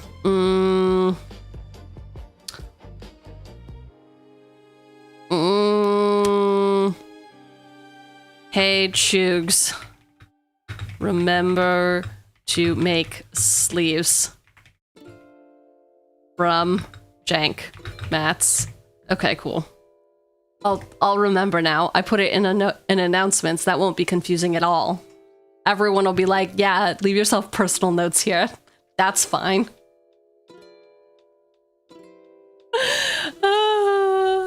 All right, Sisters of the Flame.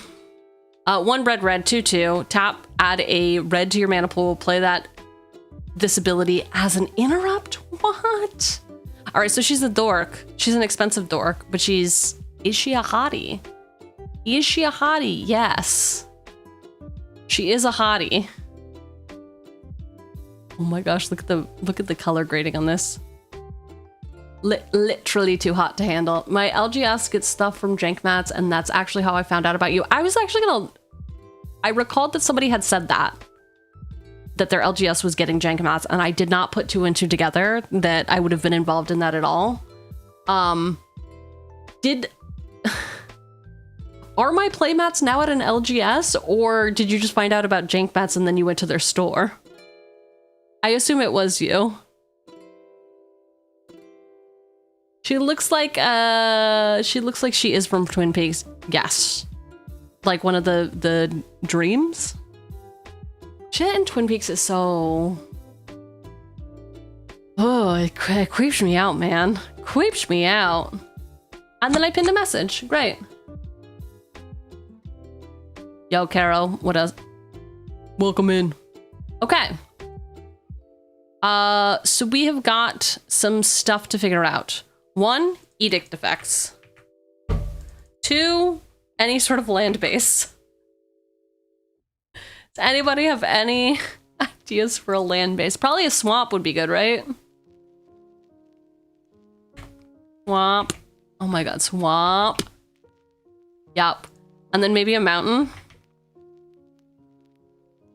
And then maybe a command tower.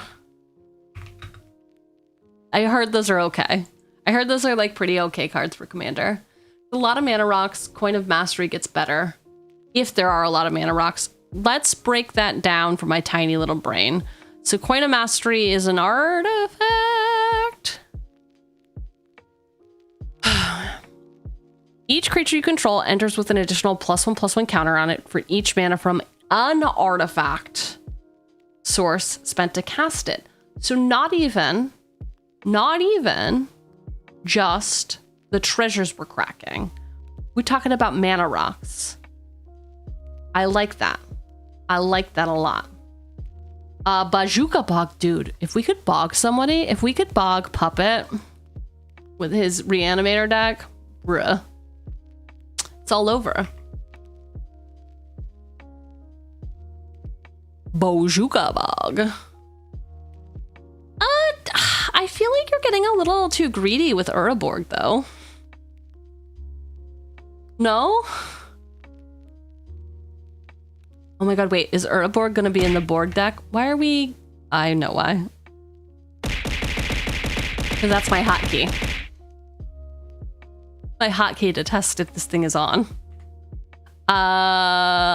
Tomb. Alright, $84. I guess it's fine because I own it. I own 2? No, 1. I own 1. Right? Click to view your collection. Why is this important right now? It's not. I only own 1. I only own 1 Uraborg? It's kind of fucked up, don't you think? I think I should own more. Anyway, each land is a swamp in addition to its other land types. The sacking lands to search effects. The sacking lands affect our commander positively. It does not. So our commander has an ability here. Sacrifice another creature or artifact to put a +1/+1 counter on Evereth. If the sacrifice permanent was a treasure, she gains lifelink. Activate only as a sorcery. So we have to use her ability to sacrifice things, which sucks. So that's why we were looking for leaves to the battlefield effects. And I do want some more stuff that pumps her up or gives her counters, you know? How do we pump up the jams? Pump it up, pump it. What if we just do, oh, is for the way you look at me. Guys, how can I call a friend who built a chill commander but put an at random 4 different Mox and Boslet, Manolith, Bolus, Citadel, and Necropotence? How can you call them out? How do you call out a friend who has 4 Moxes in their very chill commander deck? Was it you? Are you the friend? Hey, Mr. Not Toxic.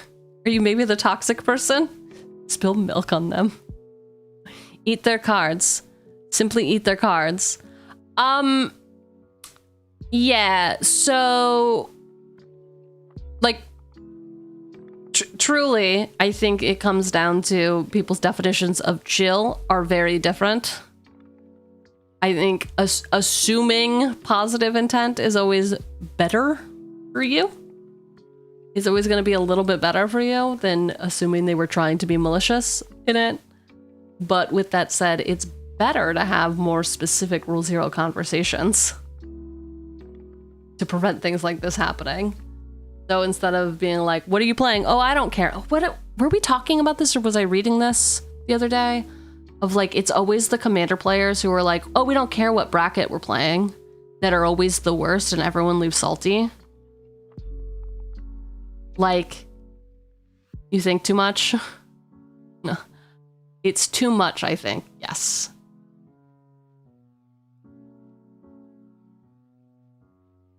Yeah, that was the response to chat. Exactly. Okay, yeah. So we were talking about it. Cool. But yeah, it's always the people who are like, oh, whatever. Just like, we'll be very chill about it. And it's like, what is your definition of chill? It's like when anybody says, hey, I'm gonna do the funny play. It always makes me question if they know what comedy is. Right? Like, your funny play is not actually funny. No one is enjoying this or finding this comical. at all. And that's my only actual advice I can give you, except reach across the room and throttle them. Shake them until they get a clue. I'll just play bracket 3. One of them plays CDH, and we make him change forcefully decks.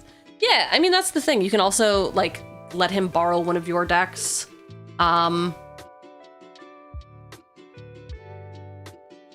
Is another option if they don't have options. I love borrowing people's decks and then realizing what a sadistic freak they are and being like, oh, why did you build this? That's what happened when I played somebody's bald lady from Warhammer deck. I was like, madam, who did this?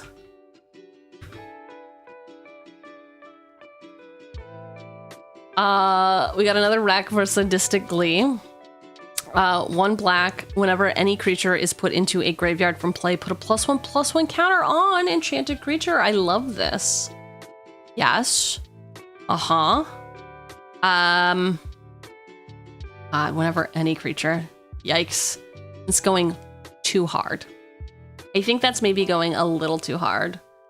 Okay, I'm gonna have to come back to this inefficient way. All right, sadistically, you're in.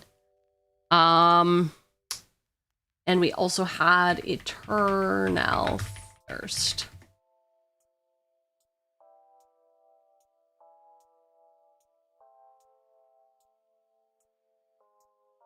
Why does this text look so different? Why is it so bold?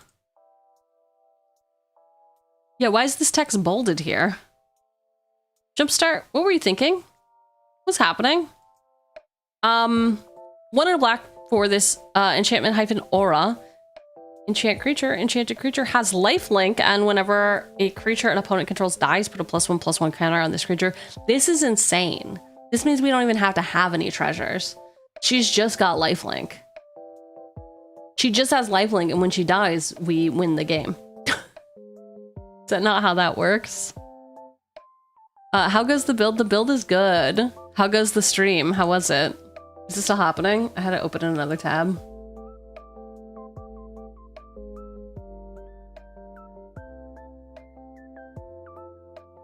We've just been talking about silly little things, you know, critiquing magic art for having baby hands. My favorite part of stream so far. Eternal Thirst, fantastic. Defiler of Fleas might be good. Ooh.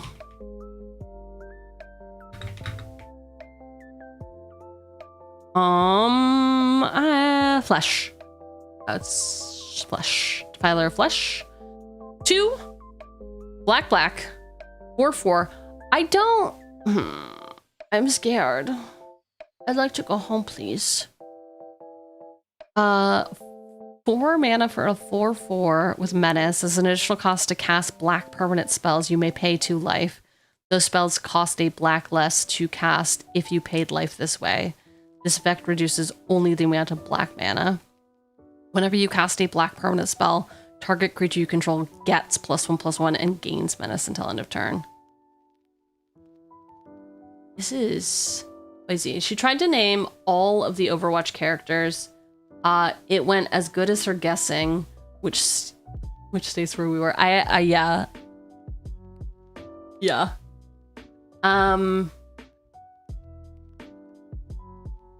That sounds about right. I'm very strict with my decks. And I forced myself into bracket 3 rules.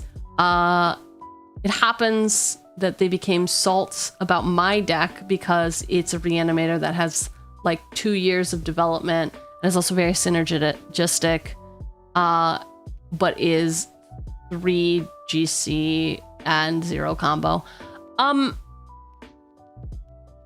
I mean, that's the opposite problem, right? That's malicious compliance.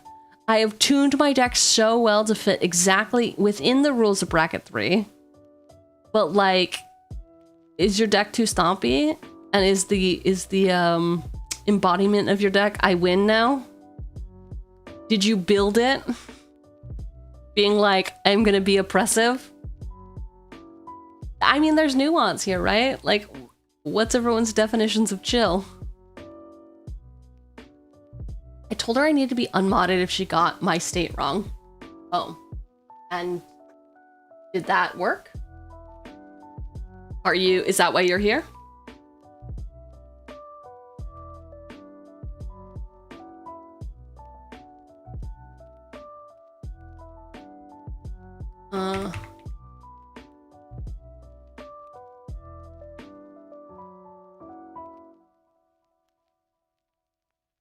Unspeakable symbol. 1 black enchantment. Pay 3 life. Put a +1/+1 counter on target creature. Oh. I like this because of the lifelink that we will hopefully get. Sure, we are draining ourselves faster than we're putting counters on, but it's not, right? It basically evens out because we're paying 3 life to put a +1/+1 counter. When she dies, we're going to gain 3 life back if we have 3 opponents. I love it. Do I love that particular art? There's one other art, right? Oh no. We put this in something else that I cannot recall, but it was fun. No, she got it wrong and said back to the basement. Excellent.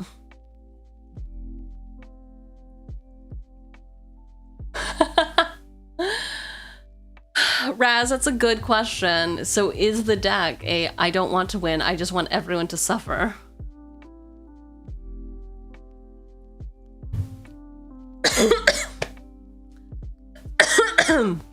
Excuse me. I mean, I hate to be Thanos in this situation, but there's balance, man. All things must be balanced. All I gotta say about that. Excuse me. All right, back to the edicts. Oh. You know what? No, I wanted to do, well, what did I want to do? Are we still looking for this up? Oh.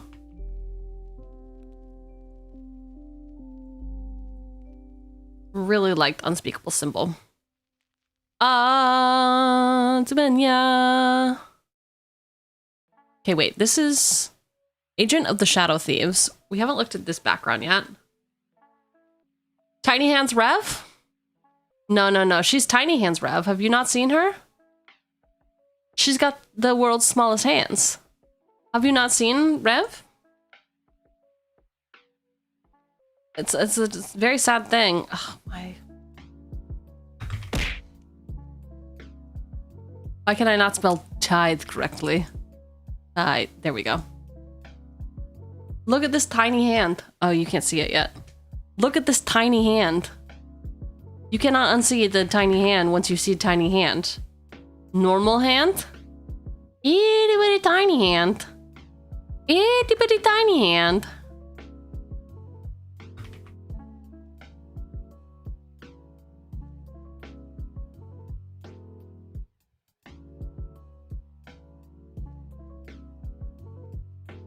Are you shocked? Are you shocked? We were talking about it earlier. We were all looking at her thighs. Therefore, we could not see. We could not see tiny hands, but once we saw them, we were shocked. We were shocked. Oh, poor Rev. It's so sad. What happened to her? It's so sad. They did her so dirty. They did her so dirty. All right. I think I have more than enough of a good start here. We will give you another preview of this and what we are working with. Let's sort by mana value. Obviously we have to tune it. We don't have to goon it. We just have to tune it. Okay. Okay. We got some tiny guys, which is great. We can cut down on some of those tiny guys. We've got some comes back, makes more guys. Okay. They're all hotties, right? Every single one of them. I'm excited about the cat. Man, I hate that it doesn't... Sometimes it ports over the art I want, and other times it does not port over the art I want. I'm very excited about Rite of Conscription. W for that. I'm also very excited about the Foggy Swamp Visions. So we'll see what we can do with that. She can extract my tithe any day. With those tiny hands, how could she? How could she? Turn inside out. Obviously, that one's on me. It's my fault. I did bad. This is fantastic. Blade of the Blood Chief, W. W add for this one. I'm excited about a lot of these cards. The Vanefire Border Post is very exciting. I think that this is a very cool card. Thank you for this one. And we've got 9 lands, so I think it'll be fine. I think it'll be totally fine, right? 9 lands, how many do we need? How many lands could one possibly need? Actually, are we doing the thing that we did last time too? View options, text, only because it's a little easier. Say I put 30. Okay, we are 8 cards over. I was gonna be like, did we get exactly? Did we get exactly 100 cards in here by the end of this? No, we're at 107. What is this? Like, what are we looking at right now? Where my mouse is? This is Moxfield. Moxfield is a modern deck builder for Magic the Gathering. Registered trademark. Basically, I have my entire collection in here. That's a lie. I have most of my collection. Anything that I've opened on stream over the last year is not in here. I've started logging those in a different account, but all of my cards that I have boxed up at home are in here. And then all of my decks are in here. You don't need to see, I only have 70 decks. That's fine. That's fine. It's barely anything.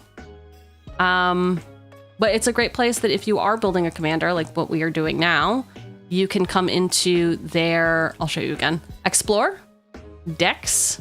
You can go to filters, you can search by commander. I already forgot who we're brewing. Ev. Hey, Girly Pop, how do you spell your name? Oh. Okay, there's too many E's in here. Okay.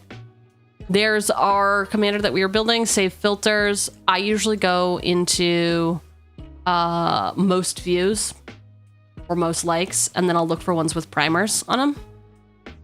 You can also set filters for like a particular commander bracket, and that's only if they've set a bracket on here. But if they have a primer is usually the ones I look at. So like this is a bracket 2 with a primer. Shout out to Lucaeus. And then you can come in and be like, oh, these are cool decks. I think I can even compare this to a deck more. View, add to collection, enable temp checklist, compare. All right, we'll compare it to my deck. We have got, I've got 80 cards that they don't have in their deck. And they've got 73 that I don't have in mine. The ones that we both have, Deadly Dispute, Talisman of Indulgence. Hilarious. Hilarious. Is there a theme you're going for, or just like aristocrats? Ooh. So that's a good question. So anyway, I hope that I showed you enough about Moxfield. It's a really cool site. I actually really like it for the card explorer, because it arranges them all by sets. So if I'm like looking for a particular thing, I just prefer this view of it over something like Scryfall, even though I use Scryfall search for most other things. I don't play. I only collect. I tried learning to play, but it gave up because it was too convoluted. Oh, that's fair. It is a lot. It's a sharp learning curve, but once you get it, you get it. If you haven't tried Magic Arena, which is like their online tutorial, it's their online platform that you can play with other people. It's highly recommend it. It's great for learning. They have a bot that'll guide you through it. Okay, and then what we are doing today, so each week what I will do is in our Discord, I post a new commander that we are going to build around. So we're here every Sunday unless something comes up, and I'll make an announcement in Discord if that's true. So each week I will come in here, I guess I'll just click here, and at the top of the post, I will give us a theme. So this week, our brew is Evereth, as you know, because you are here, we are brewing Evereth. Reborn the Villainess, Evereth just wants to die, but she keeps getting stronger instead. Won't someone help her end it all so she can wake up in her own body? This is a brew loosely based on the manhwa Kill the Villainess. Somebody gets isekai'd. Well, I'll just read it. Evereth has been isekai'd into a novel, but she just wants to get back home. If she dies, maybe she can? The thing my deck is trying to do is get rich quick and sacrifice those in my way for value.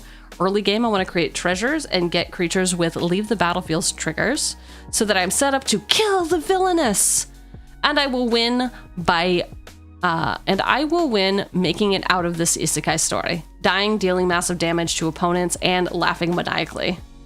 And then we post all of our stuff in Discord, so I'll usually post this a couple days early. I will also post it for y'all on YouTube around the same time.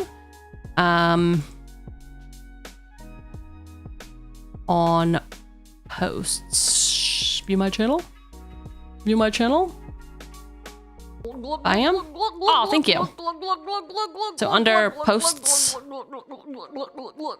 Help! Help! Wild button. Wild button. So yeah, I'll post it here. And then each week folks will come in. And they can drop it if they are not in the Discord or prefer not to have Discords. Is everyone allowed in the Discord? Yes, it's actually in the pinned. It's not in the pinned message. It just tells you to join Discord. A fool. Let me give you that link real quick. I wish YouTube had bots. Discord. Let me grab the Discord link. Copy. Paste. Bam. There it is. And if y'all do join the Discord, just be warned that you won't have access to magic channels until you come into roles and you suggest or you opt into the VIP Magic the Gathering access by checking this green checkbox. If you do want to get notified every time I do these, you can do the yellow one and you'll literally get a Discord notification that's like, boss has posted a new brew. And you'll come in here and just add them. We use the Scryfall bot, so if you use an exclamation point and double brackets, it just lets us all see them a little easier. It makes me not have to copy and paste. I hate copy and pasting. I hate it. Yeah, I think we're in a pretty good spot. I do want to go through. I need to actually build out the land base for this deck. I am going to, of course, test my deck in EDH Lab via their playtester function. So I will add it. Probably, who would she be good to go up against? Maybe Nahiri. That's a good Voltron deck against her. Case's token strategy. Put her up against some of my other decks. And then just playtest it like a normal playtester. Wouldn't that be fun? Wouldn't that be so fun? Tap an island for fun. Should have played Basilisk Collar. That's why I tapped it. I'm a genius who knows how to play the game. That's what I know how to do. Would it be because I could view my cards a little better this way? Sure. But I don't need to do that. I don't need to do that. I guess I'll do those when I learn the base game. This sounds fun. Yes, learn the base game. Highly recommend, truly. I recommend you testing out Arena. So it's MTG Arena, and it's on your phone. If you have a smartphone, it's on Epic Games, and it's on Steam, and it's for both Mac and PC. I don't know about Linux. But the tutorials are great. Then you can start just like getting reps in. And it's pretty easy to pick up. Like I said, the learning curve is steep, but so I guess it's counter to what I just said of it being easy to pick up. It's not actually easy to pick up, but it is. Once you get it, you get it. Once you understand that reading the card explains the card, then it's all gravy. It's all gravy from there. I have to do this so I can find someone real quick. So you're gonna hear this. Oh no, great. Okay, perfect. We are gonna raid into Zabergoth, who is currently opening Lorwyn Eclipsed. I do not know them, but they seem like a VTuber, and I love VTubers. They're also, color palette is red, black, and a little bit of gold. So, I mean, come on. Come on. If you are over with us on Twitch, you can grab that raid message. Top one is for subscribers. Bottom one is for all of you cool people. Basically, the point of raiding is just to get to know new people, hang out, say what's up, find other people. If you like their vibe, give them a follow. Even if you don't, just give them a hi. Listen, it's free to be cool. Free to be cool. It's free to be kind. I think it's what I was going for. No? Is that not a thing? I will see you on Wednesday night, 8 p.m. Eastern time for Commander. I will be playing the deck we have just brewed. I'm going to tune it over the next day. I will, I forgot to post the link. I told y'all I was going to do that, and then I forgot. Commanders to build? No, this is a deck that we're already building. Boss Brews. Dope. I'm doing it. Kill the Villainess. Bam. Copy. I will next time totally remember. Edit. Deck list. To pop in the deck list at the top so that you can come back and see it. And that's all I got. See you Wednesday.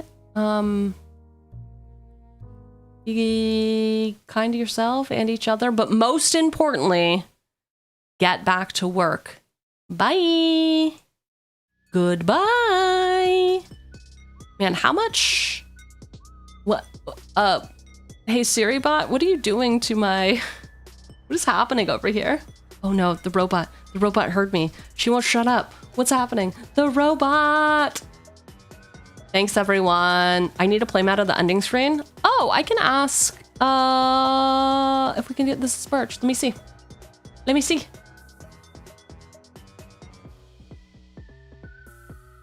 Bye, YouTube. Have a good life.